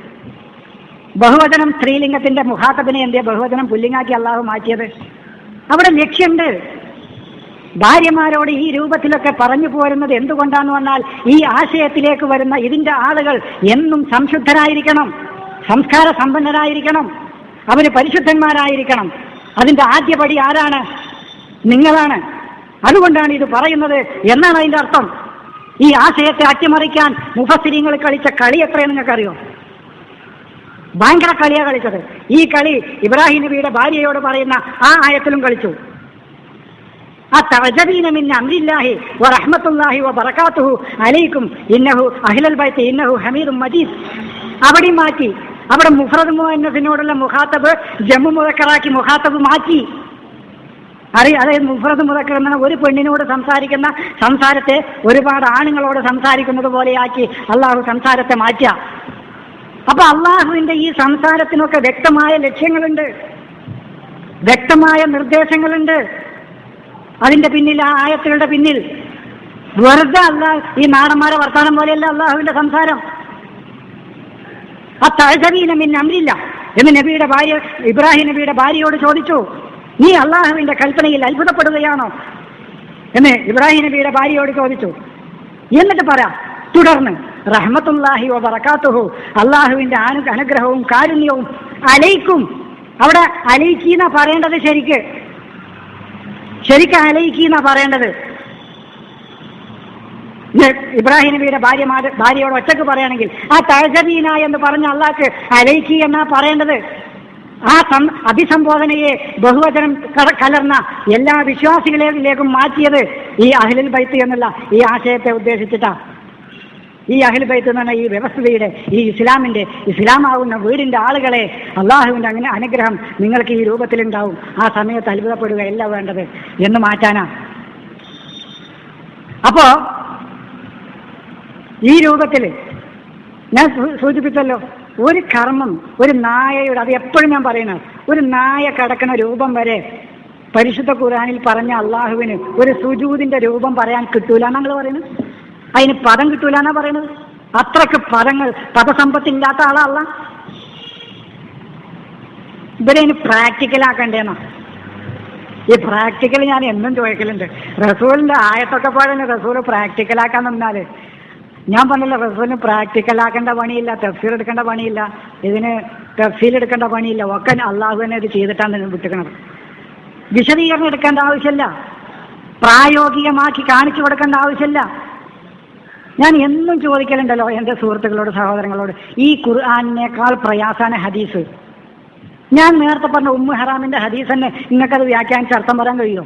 ഒരു പണ്ഡിതനെ വെല്ലുവിളിക്കുന്നു ഞാൻ. ആ ഹദീസുകളെ മുഴുവൻ വ്യാഖ്യാനിച്ച് അർത്ഥം പറയാൻ പറ്റുമോ? നബിക്ക് ഉറക്കത്തിൽ കാണിച്ചു കൊടുത്തു എന്നാ. നബി ഇങ്ങനെ എണീറ്റ് ചിരിച്ചു. എന്താ നബി ഞങ്ങൾ ചിരിക്കുന്നത്? ഈ സമൂഹം, ഈ കടലിന്റെ തിരമാലകൾ കടന്ന ഒരു സമൂഹം യുദ്ധം ചെയ്യാൻ പോകുന്നത് എനിക്ക് കാണിക്കപ്പെട്ടു. അവിടെ മുലൂക്കുൽ അസറ എന്ന് പറഞ്ഞാൽ അവർ ഈ രാജാക്കന്മാരെന്നെയാണോ അതോ രാജാക്കന്മാരെ പോലെയാണോ, അത് തസ്ബീഹാണോ, എന്താണ് തർക്ക? ഉപമാലങ്കാരാണോ എന്ന് തർക്കാണ്. പിന്നെ നബി പറഞ്ഞു, പിന്നെ നീറ്റ് ചിരിച്ചു. അപ്പോഴും ചോദിച്ചു നബിയോട്, എന്തെങ്കിലും ചിരിച്ചത്? അപ്പൊ എനിക്കിങ്ങനെ കാണിക്കപ്പെട്ടു. അപ്പോൾ പറഞ്ഞു, ഞാനും ആ കൂട്ടത്തിലാകാൻ താങ്കളൊന്ന് പ്രാർത്ഥിച്ചാലും.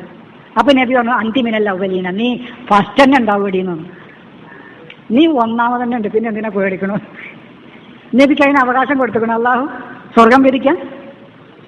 സ്വർഗം വിധിക്കാൻ നബിക്ക് അവകാശം കൊടുത്തിട്ടില്ല. ഏതായത്തിലാണ് നബിക്ക് സ്വർഗം ഒരാൾക്ക് വിധിക്കാൻ അവകാശം കൊടുത്തത്? ഒരു ഖുർആനിലൊരു ആയത്ത് പറഞ്ഞുതരാൻ പറ്റും നിങ്ങൾക്ക്?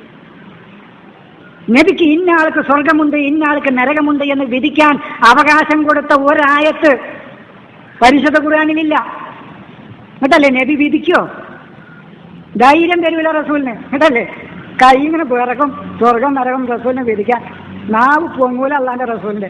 എന്നിട്ടല്ലേ സ്വർഗം നരകം റസൂൽ ഇവിടുന്ന് വിധിക്കുക. ഇന്ന ഇലയിന ഇയാബഹും സുമ്മ ഇന്ന അലയിന ഹിസാബും. അവരിൻ്റെ അടുത്തേക്ക് വന്നിട്ട് പിന്നെ വിചാരണ, അതിന് ശേഷം സ്വർഗവും നരകവും. ഇത് ഓതിയ നബിയുടെ തൊള്ളേണ്ട് അബൂബക്കറും ഫിൽ ജന്ന, ഉസ്മാനും ഫിൽ ജന്ന, ഉമറും ഫിൽ ജന്ന. അബൂബക്കർ ഇങ്ങനെ എവിടെ പറയണമെന്ന് നബി എന്താ ഒരു ജന്ന പറയാനൊന്നും അള്ളാന്റെ റസൂലിന്റെ നാവ് പൊങ്ങൂല.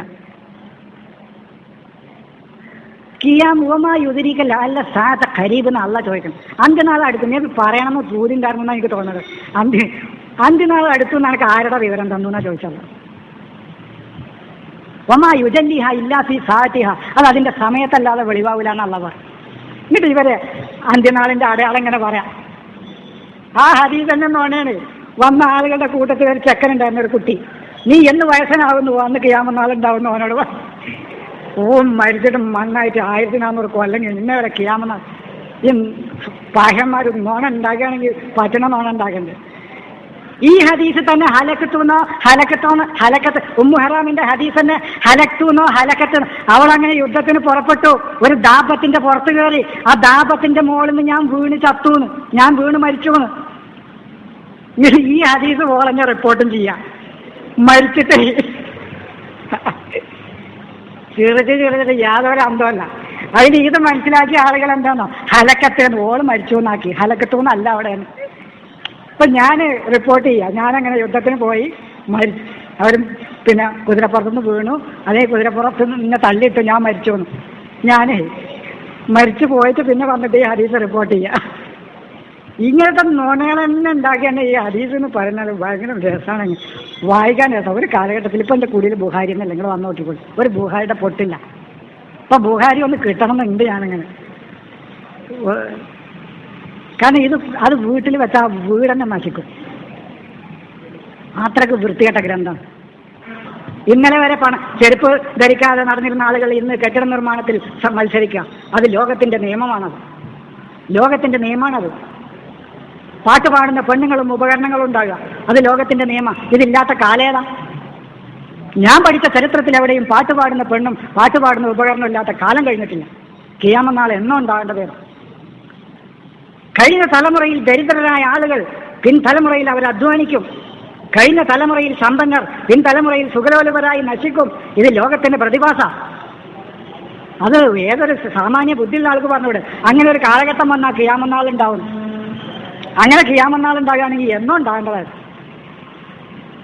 അതിലൊക്കെ റസൂൽ പറയില്ല സഹോദരൻ. അള്ളാന്റെ റസൂൽ എന്ന് പറഞ്ഞ ആരും.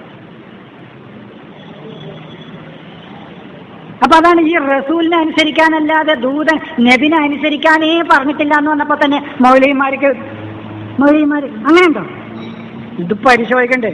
മുഹമ്മദിൽ വിശ്വസിക്കാൻ പറഞ്ഞിട്ടില്ല എന്ന് പറഞ്ഞപ്പോ മൗലവിമാർക്ക് അന്തം കൂടാ തെരയാണ്. നിങ്ങൾ ഇതിലില്ല ആയത്തോട് തെരഞ്ഞോളി, കിട്ടൂല നിങ്ങൾക്ക്. എന്നപോലെ നബിനെ അനുസരിക്കാൻ പറഞ്ഞിട്ടേ ഇല്ല എന്ന് പറഞ്ഞപ്പോ സംശയ. അപ്പൊ നബിനെ അനുസരിക്കണ്ടേ? നബിനെ അനുസരിക്കാൻ പറഞ്ഞിട്ടില്ല എന്ന് പറഞ്ഞു. ദൂതനെ അനുസരിക്കാൻ പറഞ്ഞുകൊള്ളു, നബിനെ അനുസരിക്കാൻ പറഞ്ഞിട്ടില്ല എന്ന്. ഒരു സ്ഥലത്ത് മാത്രം ഭാര്യമാരോട് വലായി അഴസീന എന്ന് പറഞ്ഞിട്ടുണ്ട്. ഭാര്യമാരോട്, അത് ഭർത്താവ് എന്നുള്ള നിലക്ക് അതിന് ഒരു നിബന്ധന വെച്ചു. അവിടെയും ഇതിൽ മഅറൂഫായ കാര്യങ്ങളിൽ എന്ന് പറഞ്ഞു.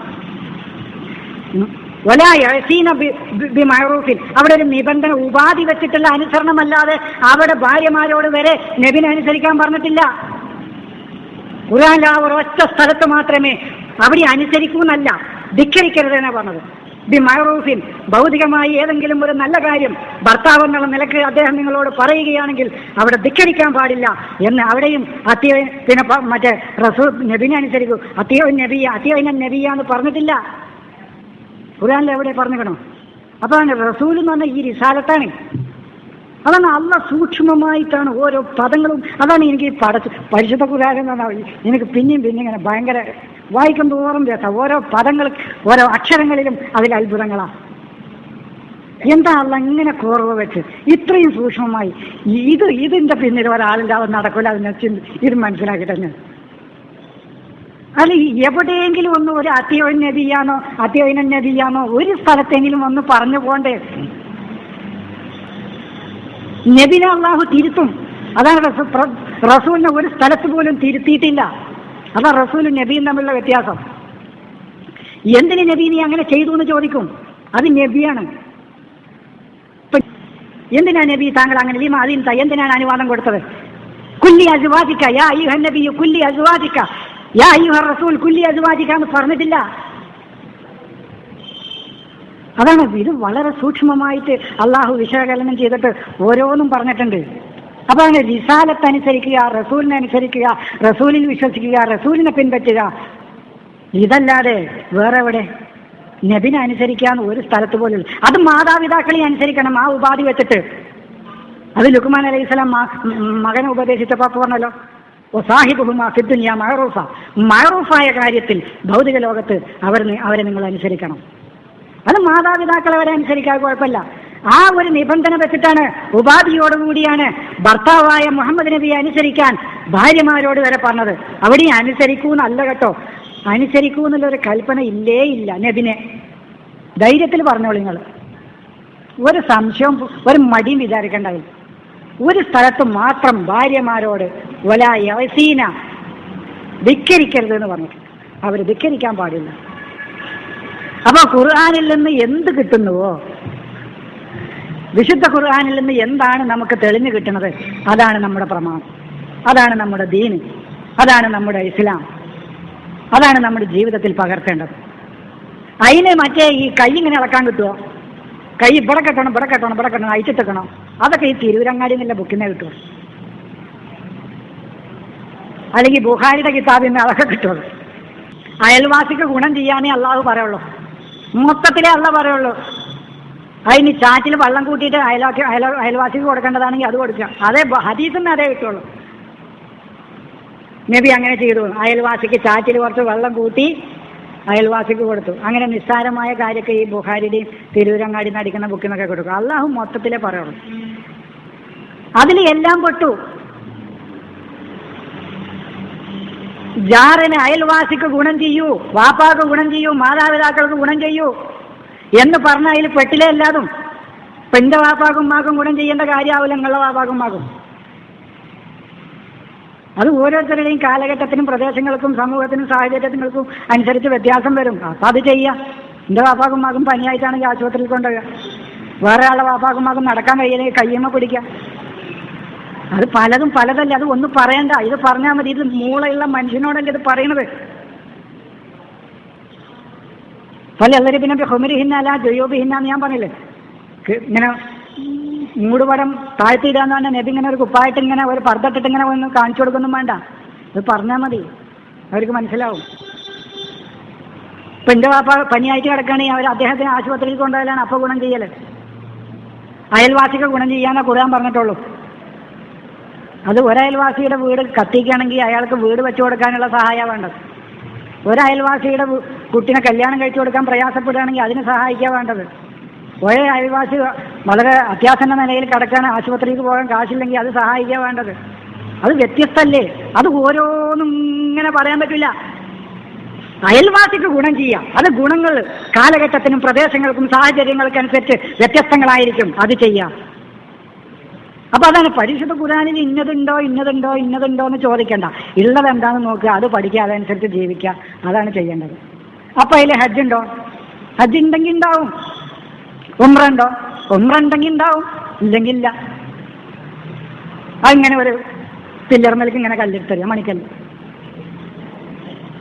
അതിവിടെ ഇവിടെ ഉണ്ടല്ലോ, അവിടെയല്ലേ ഇപ്പോൾ ഈ ശബരിമലയിലല്ലേ കുറേ ആൾക്കാർ മരിച്ചത്, അവിടെ ഈ കല്ല് കൊണ്ടുപോകുന്ന പരിപാടി ഉണ്ട്.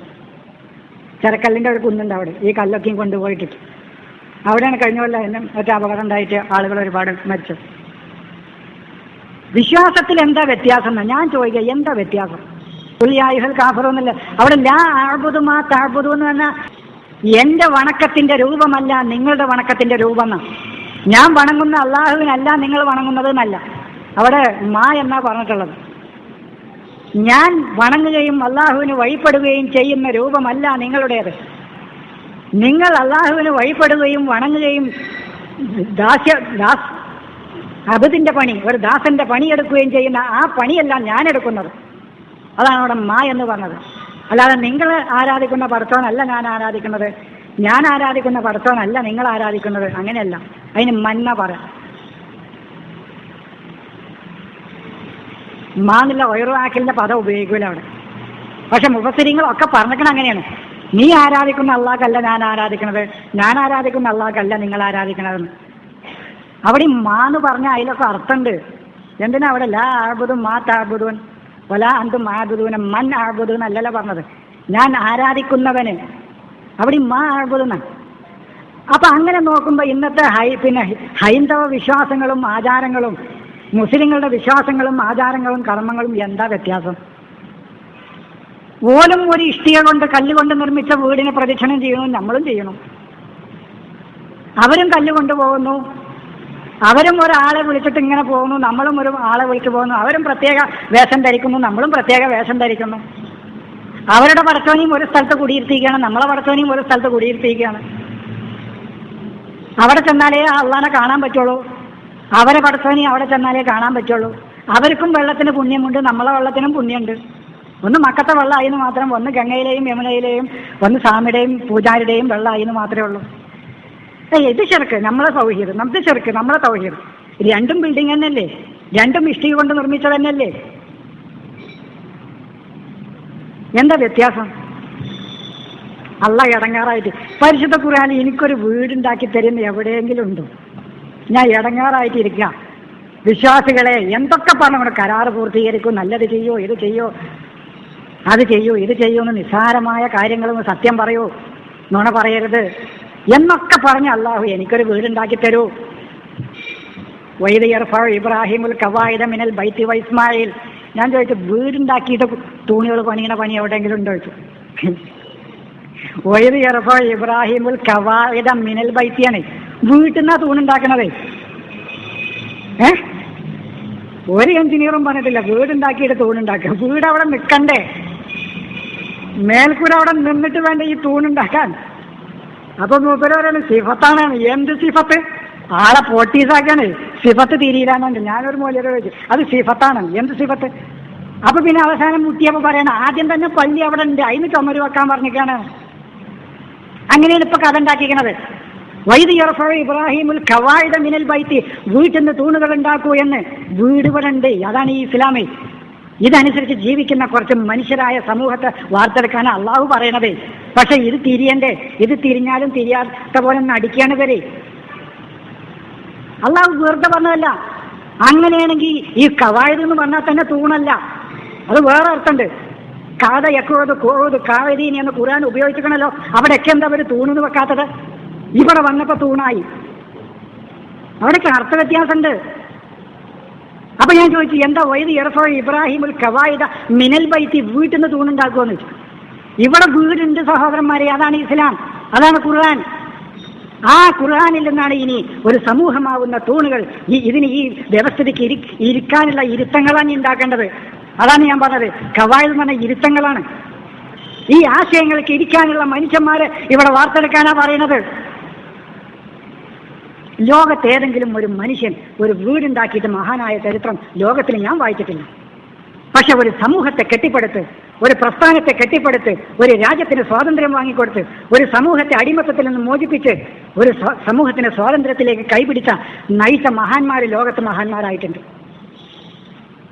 പക്ഷെ ഒരു വീടുണ്ടാക്കി അവിടേക്ക് ആളുകളെ നമസ്കരിക്കാനും ആരാധനക്കും ക്ഷണിച്ച ഒരു ലോകത്തൊരു മഹാനും ഒരു മനുഷ്യനും മഹാനായ ചരിത്രം ഞാൻ വായിച്ച ചരിത്രത്തിൽ എവിടെയും കേട്ടിട്ടില്ല. അത് ഇവരെ ഈ ബുഖാരി തന്നെ ഉള്ളൂ. വീട് കെട്ടി മഹാനായ ഇബ്രാഹിം, ഖുർആനിലില്ല. അങ്ങനെ മഹാനാകാൻ കഴിയോ? അതാണ് പ്രസ്ഥാനത്തിനെയാണ് കെട്ടിപ്പടുക്കുന്നത് അദ്ദേഹം, ഒരാശയത്തെയാണ് അവിടെ കെട്ടിപ്പടുക്കുന്നത്. ഈ വീട് എന്ന് പറഞ്ഞാൽ മഅ്വാന്നേ ഉള്ളൂ. ഏത് ഡിക്ഷണറി നോക്കിയാലും മഅ്വ, ആളുകൾക്ക് അഭയം തേടാനുള്ള കേന്ദ്രം. അതൊരു വീടാണെങ്കിൽ അതങ്ങനെ വ്യവസ്ഥാപിതമായ ഒരു ആശയം, അത് മഅ്വ. ഒരു ഫിക്ര, അതിന് മഅ്വ. ഒരു പാർലമെന്റ്, അത് ബൈത്ത്. ഇതൊക്കെ ബൈത്താണ്. ബൈത്തിനെന്താ, ഒരു ബൈത്ത്, വീട്, കുടി, ഇതന്നെ പഠിച്ചിട്ടുള്ളൂ എന്നാണ്. പിന്നെന്താ അവരോട് നമ്മൾ പറയാം? ബൈത്തൻ വീട്, ബൈത്തൻ വീട്, അത് 1ാം ക്ലാസ്സിലെ കുട്ടിക്ക് പറഞ്ഞു കൊടുക്കേണ്ട അർത്ഥമാണ്. എന്നിട്ട് ഇത് പറഞ്ഞതിന് വർഷങ്ങൾക്ക് മുമ്പ് എഴുതിയെന്നെ വേറെ പണിയൊന്നുമില്ലല്ലോ. അപ്പൊ വൈദ് യർഫഉ ഇബ്രാഹിമുൽ ഖവായിദ മിനൽ ബൈത്തി വഇസ്മായിൽ എന്ന് പറഞ്ഞ അതാണ്. എന്നിട്ട് അൻതഹിറ എന്ന് പറഞ്ഞാൽ ഇത് അടിച്ചോരി വൃത്തിയാക്കണം. സീപ്പർ പണിയെടുക്കാനൊന്നല്ല ഇബ്രാഹിം നബിയോട് പറഞ്ഞത്. ഇതിന് ഈ അള്ളാഹുവിന്റെ വ്യവസ്ഥയുടെ ഒരു മനുഷ്യൻ വചനങ്ങളും മനുഷ്യരുടെ ആശയങ്ങളും ഇതിനോട് കൂട്ടിക്കലർത്താതെ, ഇതിലിനി ബുഖാരി മുസ്ലിമും മത്തായി ലൂക്കോസൊന്നും പറഞ്ഞത് ഇതിൽ കയറ്റണ്ട. ഇതായി തന്നെ നിർത്തി. നിങ്ങൾ അല്ലാ തുശ്രിക് ബി ഷൈഅൻ വേറെ സ്ഥലത്ത് അതിന്റെ വ്യാഖ്യാനം പറഞ്ഞു. ഒന്നിനെയും പങ്കു ചേർക്കാതെ ഇതിനെ ശുദ്ധമാക്കി വെക്കൂ എന്ന് ഞാൻ അദ്ദേഹത്തിന് കൽപ്പന കൊടുത്തു. ആ ശുദ്ധമാക്കി വെക്കലാണ്. ഇന്ന് ടൈമിലേക്ക് ഇങ്ങനെ കല്ലെടുത്തെറിയുക, പ്രദക്ഷിണം ചെയ്യുക, ഒരു കല്ലിനെ പോയി മുത്തുക, വെള്ളം അവിടുന്ന് കൊണ്ടുവരിക, പുണ്യാണെന്ന് വിചാരിച്ചിട്ട്. അള്ളാഹു ആകാശത്തിൽ നിന്ന് ഇറക്കുന്ന ഏറ്റവും ശുദ്ധമായ വെള്ളം ഏതാണോ അതാണ് നല്ല വെള്ളം, അതാണ് ഏറ്റവും നല്ല വെള്ളം. അങ്ങനെ ഒരു വെള്ളത്തിന് പുണ്യം ഉണ്ടെങ്കിൽ പടച്ചോൻ പറയാലോ ഖുർആനില്, സംസം എന്ന് പറയുന്ന ഒരു വെള്ളം ഞാൻ ഇറക്കിയിട്ടുണ്ട്, അത് നിങ്ങളെങ്ങനെ പുണ്യത്തിന് കുടിച്ചോളിന്ന്. അപ്പൊ അതാണ് അത് ഹിന്ദുക്കൾ ഗംഗയിലെയോ യമുനയിലെയോ പൂജാരി പൂജിച്ചിട്ടോ കൊടുക്കുന്ന വെള്ളം കൊടുത്താൽ അത് ശിർക്ക്. ഇസ്ലാമിൽ നിന്ന് പുറത്ത് മക്കത്തുനിന്ന് വെള്ളം ഏറ്റിക്കൊണ്ടുവന്ന് അത് കുടിച്ചാൽ അത് തൗഹീദ്. നമ്മളൊരു കല്ലിനെ പുണ്യം വിചാരിച്ച് മുത്തിയാൽ അത് തൗഹീദ്. ഒരു ഹിന്ദു ദൈവത്തിന്റെ ഒരു പ്രതീകം എന്നുള്ള നിലക്ക് ഒരു കല്ലിന്റെ മുന്നിൽ പോയി നിന്നാ മതി, അത് ശിർക്ക്. മുത്തൊന്നും വേണ്ട, നിന്നാ മതി, അത് ശിർക്ക്. എന്നിട്ട് ഇത് സംശയം തോന്നിയപ്പോൾ ഉമറൊന്നും ചോദിക്കാതെ നബിയൊക്കെ മരിച്ചു പോയിട്ട് മണ്ണടിഞ്ഞു എന്ന് ധൈര്യം വന്നപ്പോൾ ഉമർ പറഞ്ഞത്ര കല്ലേജ് ഒരു കല്ലാണ്, എന്നാലും മണ്ണ് ഞാൻ വെറുതെ മുത്താണ്. നബി മുത്തണ കണ്ടോണ്ട് അള്ളാന്റെ റസൂലിനോട് ചോദിക്കും ഉമറിന് എന്റെ സ്വഭാവം വേറെ ഉണ്ട്, അത് പിന്നെ ചരിത്രത്തിൽ വേറെ പറയണ്ട, അത് പോട്ടെ. അതെന്താ ഇവര് പറഞ്ഞ ഉമറിന്റെ സ്വഭാവം വെച്ച് നോക്കുമ്പോൾ ഉമർ ആരാന്നുള്ളത് വ്യക്തമായിട്ട് അൽ മസ്കൂത്ത് ആൻഡ് താരീഖ് ഉമർ എന്ന് പറഞ്ഞിട്ട് കുറച്ച് വരുന്നുണ്ട് ഈ ഇതിൽ. ഉമറിന്റെ ചരിത്രത്തിൽ നിന്ന് തമസ്കരിക്കപ്പെട്ട സത്യങ്ങൾ എന്ന് പറഞ്ഞിട്ട് അൽ മസ്കൂത്ത് ആൻഡ് താരീഖ് ഉമർ എന്ന് പറഞ്ഞിട്ട് വരുന്നുണ്ട്. അതൊക്കെ വായിച്ചാൽ ഉമർ ആരാന്ന് നിങ്ങൾക്ക്. പക്ഷെ ഇവര് പറഞ്ഞ ഉമറിന്റെ സ്വഭാവം വെച്ച് നോക്കുമ്പോൾ ആ സ്വഭാവം വെച്ച് നോക്കുമ്പോൾ തന്നെ നബിയോട് ചോദിക്കും, എന്തിനാ നബി ഈ കല്ലിനെ വെറുതെ മുത്തണത്? എന്നിട്ട് അത് കൊണ്ടുവന്നപ്പോൾ ഹജറുൽ അബിയല്ലായിരുന്നു ഉത്തരം. പിന്നെ അത് മുത്തിയിട്ട് ഹജറുൽ അസ്വദായതാണ്. അതായത് ഈ ക്രൈസ്തവ വിശ്വാസങ്ങൾക്ക് സാമ്യമായ വിശ്വാസങ്ങളും ഓരോ പദങ്ങൾ വരെ ഇവരുണ്ടാക്കി വെച്ചിട്ടുണ്ട്. ഈ കഅബാലയം പണിയാൻ ഇബ്രാഹിം നബിക്ക് മേഘത്തണലിട്ട് കാണിച്ചു കൊടുത്തുന്ന ചരിത്രം. വൈദ് ബവ്വൈനാലി ഇബ്രാഹിം മക്കാനിൽ ബൈത്തി അല്ലാ തുശ്രിക്ക് എന്ന് പറഞ്ഞാൽ മേഘത്തണലിട്ട് കൊടുത്തുന്ന ഏതാ സ്ഥലം? ചരിത്രത്തിലും നോണകളാണ്, അതൊന്നും നിങ്ങൾ വിശ്വസിക്കേണ്ട. വെറുതെ ആദ്യം നബിനെ സ്വർഗത്തിൽ നിന്ന് ഇറക്കി വിട്ടു, 2 കയറമ്മ കെട്ടിട്ടിട്ട്. കയറമ്മ ഇറക്കി മൂപ്പർക്ക് ഭൂമിയിൽ വന്നപ്പോൾ ഏകാന്തത അനുഭവപ്പെട്ടു. വഹശത്ത് എന്നാണ് കിതാബിൽ എഴുതിയിരിക്കുന്നത്. വഹശത്ത് അനുഭവപ്പെട്ടു, ഏകാന്തത. ഇങ്ങനെ ഒറ്റക്ക് അലഞ്ഞു നടക്കുകയാണ്. അതിൽ ബൈത്തുൽ മഅമൂർ ഇറക്കി കൊടുത്തു എന്നാണ്. ഈ കഅബാലയം ഇപ്പൊ സ്ഥിതി ചെയ്യുന്ന സ്ഥലത്ത് ബൈത്തുൽ മഅമൂർ ഇറക്കി കൊടുത്തു. ബൈത്തുൽ മഅമൂർ നിങ്ങൾ കേട്ടിട്ടില്ല? മിഅ്റാജിന്റെ അന്ന് നബി കണ്ടതാണ്. മലക്കുകൾ ഇങ്ങനെ കയറിപ്പോകുന്നെ പോണവരാരും ഇങ്ങോട്ട് വരുന്നില്ല. കൂട്ടമായി മലക്കുകൾ ഇങ്ങനെ കയറിപ്പോകുന്നെ. സ്വർഗത്തിലൊരു വീടാ ബൈത്തുൽ മഅമൂറിന്. ആ വീട് ആദം നബിക്ക് താമസിക്കാൻ ഭൂമിയിലേക്ക് ഇറക്കി കൊടുത്തു. അതാണ് ബൈത്തുൽ മഅമൂർ.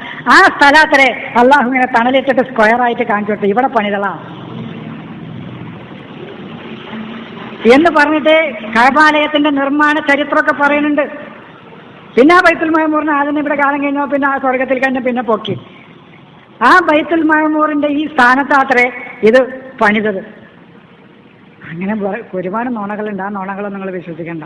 ബൈത്തുൽ മഅമൂർ എന്ന് പറഞ്ഞാൽ സദാ സജീവമായ, സദാ ലൈഫ് നൽകപ്പെട്ട, എന്നും സജീവമായ ഒരു ആശയം, ഒരു വ്യവസ്ഥിതി എന്നാണ്. അമറ യഅ്മുറു ഉംർ, ആയുസ്, ഗിവിംഗ് ലൈഫ്, ആയുസ് നൽകപ്പെട്ട സദാ സജീവമായ ഒരു ആശയം. അതാണ് ഖുർആൻ, അതാണ് ഇസ്ലാം, അതാണ് ആ പറയുന്നത്. അതാണ് വൽ ബൈത്തുൽ മഅമൂർ. അല്ലാ സ്വർഗത്തില് മലക്കുകൾ ഇങ്ങനെ മിഅ്റാജിന്റെ അന്ന് നബി കണ്ടതാ. മലക്കുകൾ അങ്ങനെ കയറി പോകാത്തറ. മറ്റൊരു പിന്നെ അങ്ങനെയല്ല പറയുന്നത്. പരിഭാം പറയുന്നുണ്ട് ബൈത്തുൽ മഅമൂർ. പക്ഷെ ഖുർആൻ ബൈത്തുൽ മഅമൂർ അമറ യഅ്മുറു ഉംറ. ഞാൻ ചില സൂചനകൾ നൽകുന്നുണ്ട്, ഇതിന്റെ വിശദീകരണം പിന്നീട് വരും. ഈ അമറ യഅ്മുറു ഉംറ ഇഅ്തമറ എന്നൊക്കെ പറഞ്ഞ ആയുസ് നൽകുക എന്നർത്ഥം, ലൈഫ് കൊടുക്കുക. ഖുർആനെ നിങ്ങൾ ഏത് ആയത്ത് പരിശോധിച്ച് നോക്കി, ഈ ഉംറ എന്ന് പറയുന്ന ഇവർ പറയുന്ന ഈ ഉംറ എന്ന വാക്ക് മാറ്റി നിർത്തിയാൽ ബാക്കി ഖുർആനിലെ ഇസ്താമറ, അമറ എന്ന വാക്കിൽ നിന്ന്, ഒരു ക്രിയയിൽ നിന്ന് അതിനെ പല രൂപത്തിലാക്കും. അമറ യഅ്മുറു, ഇസ്താമറ, അമ്മറ, അതായത് ഫാലന ഫഅലയാക്കും, ഇസ്തഫലയാക്കും, അഫ്അലയാക്കും, ഫാൽ, ഇങ്ങനെയൊക്കെ ആക്കും.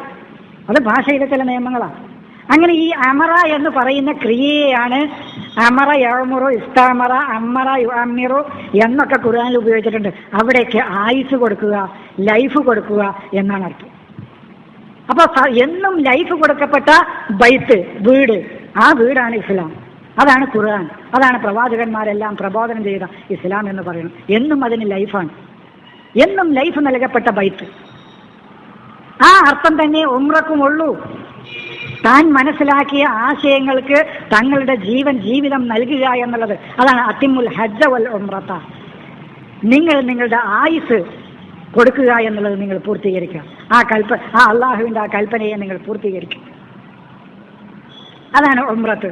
അല്ലാതെ പ്രത്യേകമായി ചെയ്യുന്ന കുറേ കാര്യങ്ങൾ, കുറേ ആരാധനകൾ, കുറേ ചുറ്റൽ, കുറേ ഓടൽ, കുറേ മണിക്കല്ലെടുത്തെറിയൽ, കുറേ മുത്തൽ, ഇതൊന്നും അള്ളാഹുവിൻ്റെ ദീനിൽ പരിശുദ്ധ ഖുർആനിലില്ല.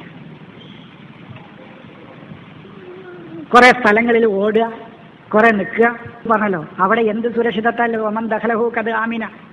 അവിടെ പോയവർക്കറിയാം, ഒരു സാധനം വെച്ചാൽ അതുവരെ കൊണ്ടുപോകണത് പേടിക്കണം. ഒരു സാധനം നമ്മുടെ ഏതെങ്കിലും മൊബൈൽ, ചെരുപ്പ് വരെ പൊക്കുന്ന അറിയണം, നല്ല ചെരുപ്പാണെങ്കിൽ. ഞാൻ പറയണല്ല, പോയ ആൾക്കാരോട് നിങ്ങൾ ചോദിച്ചാൽ മതി. നല്ല ചെരുപ്പാണെങ്കിൽ എവിടെയെങ്കിലും അഴിച്ചു വെച്ച് തിരിയുമ്പോഴത്തേന് അത് പൊക്കും. എന്നിട്ടല്ലേ ഒമൻ ദഖലഹു കത് ആമിന. ആത്യന്തികമായ സുരക്ഷിതത്വം ഈ വീട്ടിൽ കടന്നാലാണേ. ആത്യന്തികമായ സുരക്ഷിതത്വവും നിർഭയത്വവും പേടിയില്ലായകയും ഇസ്ലാമാവുന്ന വീട്ടിലാ, വേറെ വീട്ടിലാ. മക്കത്തിപ്പോ ഈ ഹാളിന്റെ പുറത്ത് താമസിക്കുന്ന ഒരാളോട് പറയാം, ഈ ഹാളിലേക്ക് വഴി കണ്ടെത്തിയാൽ നിങ്ങൾ ആ ഹാളിൽ പോയി നിസ്കരിക്കണം എന്ന് പറഞ്ഞാൽ ഫോനോട് പറയണം, മനിസ്തത്താ ഇലൈഹി സബീല. മനിസ്തത്താ ഇലൈഹി സബീല, ബൈത്തിലേക്ക് വഴി കണ്ടെത്തിയ ആൾക്ക്, ഒരു മാർഗം കണ്ടെത്തിയ ആള് അവിടെ പോയി ഹജ്ജ് ചെയ്യണമെന്ന് പറഞ്ഞാൽ ഇത് ആരോടാ പറയണത്? മക്കയുടെ ചുറ്റുപാടും താമസിക്കുന്നവനോട്. മക്കയുടെ ചുറ്റുപാടും താമസിക്കുന്ന ആളോട് അത് പറയണം. വേണ്ട, ഇന്ന് ഇന്ത്യയിൽ താമസിക്കുന്ന നമ്മളോട് പറയണോ അത്? ഒരു പാസ്പോർട്ടും ഒരു ടിക്കറ്റും എടുത്ത് അവിടെ എത്തൂലേ? അവിടെ കൊണ്ടുപോയി ഇറക്കും. എന്തായാലും മനിസ്തത്തായിലേക്ക് സബീല പറയാനുള്ളത്. നേരെ മറിച്ച് അള്ളാഹുവിൻ്റെ ഇസ്ലാമിലേക്ക്, അവൻ്റെ ദീനിലേക്ക്, അവൻ്റെ മാർഗത്തിലേക്ക് വഴി കണ്ടെത്താൻ സാധിച്ച ആളുകൾ, ആ ആളുകൾക്ക് ഈ വ്യവസ്ഥിതിക്ക് അനുസരിച്ച് തങ്ങൾ ആ വ്യവസ്ഥിതിയെ പ്രചരിപ്പിക്കലും അത് പ്രബോധനം ചെയ്യലും അത് ന്യായവാദം നടത്തലും അവൻ്റെ ബാധ്യതയാണ്. അത് അള്ളാഹുവിൽ നിന്ന് അവന് കിട്ടേണ്ടതുണ്ട് എന്നാണ് അതിനർത്ഥം. ഹജ്ജ് നമ്മൾ ഇന്ന് പറയുന്ന ഹജ്ജ് അവിടെ ഇരിക്കട്ടെ, അതങ്ങനെ തന്നെ ആയിക്കോട്ടെ. പക്ഷെ ബാക്കി ഖുർആനിൽ ഉപയോഗിച്ച ഹജ്ജ് എന്നുള്ള സ്ഥലത്ത് ഹജ്ജ യഹുജ്ജു ഹുജ്ജത്ത് യഹുജ്ജൂന ഹജ്ജ എന്നൊക്കെ പറഞ്ഞ സ്ഥലങ്ങളിലൊക്കെ മറ്റേ ഹജ്ജ് ഇപ്പം നിലവിൽ നമ്മൾ പാരമ്പര്യമായിട്ട് ചെയ്തു പോരുന്ന ഹജ്ജ് അതങ്ങനെ ചെയ്തുകൊള്ളൂ, അതങ്ങനെ ഇരിക്കട്ടെ. ബാക്കി ഖുർആനിൽ പറഞ്ഞ ഈ ഈ വേർഡ്, ഈ വാക്ക്, അപ്പോൾ അതാണ് ഖുർആനിൽ നമ്മൾ ഈ ഒരു പദത്തിന് ആ പദം ഉപയോഗിച്ച സ്ഥലങ്ങളിലൊക്കെ തന്നെയും അത് എന്തിനാണ് ഉപയോഗിച്ചിട്ടുള്ളത്, എന്താണ് ആ വിഷയം പറയുന്നത്, എന്താണ് അവിടെ പഠിപ്പിക്കുന്നത് എന്ന് ശരിക്കും നമ്മൾ പഠിക്കുന്നതാണ്. അങ്ങനെ വരുമ്പോൾ നമുക്ക് അത് കിട്ടുന്നില്ല, ഇത് കിട്ടുന്നില്ല, അല്ലെങ്കിൽ അത് വ്യക്തമാകുന്നില്ല, ഇത് വ്യക്തമാകുന്നില്ല എന്ന പ്രശ്നം പരിഹരിക്കപ്പെടും. ഖുർആനിൽ അത് മീൻ തിന്നാൻ കിട്ടുമോ? മീൻ തിന്നാൻ കിട്ടൂലേ? ഇതൊക്കെയാണ് ഇങ്ങനത്തെ കാര്യങ്ങളൊക്കെയാണ് അവർക്ക് ചോദിക്കാനുള്ളത്. അള്ളാഹുവിൻ്റെ ഈ ഖുർആൻ നമ്മൾ ആദ്യം ഒന്ന് പഠിക്കുക. ഹദീസ് പഠിക്കണ്ട, ഖുർആൻ പഠിക്കുക. ആദ്യം മുതൽ അവസാനം വരെ ഒന്ന് നന്നായിട്ട് പഠിക്കാൻ ശ്രമിക്കുക പരിശുദ്ധ ഖുർആൻ. അത് ഇന്ന് നിലവിലുള്ള പരിഭാഷയായാലും മതി, പക്ഷെ അതിൻ്റെ വ്യാഖ്യാനം ഉണ്ടല്ലോ, ആ വ്യാഖ്യാനങ്ങൾ വായിക്കാൻ ഞാൻ മതി. അവർ ഈ വ്യാഖ്യാനത്തിലാണ് നമ്മളെ അട്ടിമറിക്കുന്നത്. ഹദീസ് കൊണ്ട് ഈ ആയത്തിനെ ഒരു വ്യാഖ്യാനിക്കലുണ്ടല്ലോ, അതിൻ്റെ സന്ദർഭം ഇന്നതാണ്, ഇതിൻ്റെ സന്ദർഭം ഇന്നതാണ്, ഇന്ന സന്ദർഭത്തിലാണ് ഈ ആയത്തിറങ്ങിയത്, ആ സന്ദർഭത്തിലാണ് ഈ ആയത്തിറങ്ങിയത്, ഇത് ആയിഷയുടെ പേരിലിറങ്ങിയ ആയത്താണ്, ഇത് മായിസിന്റെ പേരിലിറങ്ങിയ ആയത്താണ്.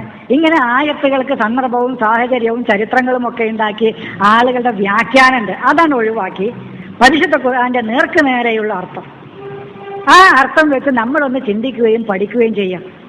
അങ്ങനെ പഠിക്കുമ്പോൾ ഖുർആനിൻ്റെ സത്യത്തിലേക്ക്, ശരിയിലേക്ക് നമുക്ക് എത്തിപ്പെടാനും അത് മനസ്സിലാക്കാനും കഴിയും. അതിന് അള്ളാഹു നമ്മെ അനുഗ്രഹിക്കട്ടെ എന്ന് പറഞ്ഞുകൊണ്ട് ഞാൻ അവസാനിപ്പിക്കുന്നു.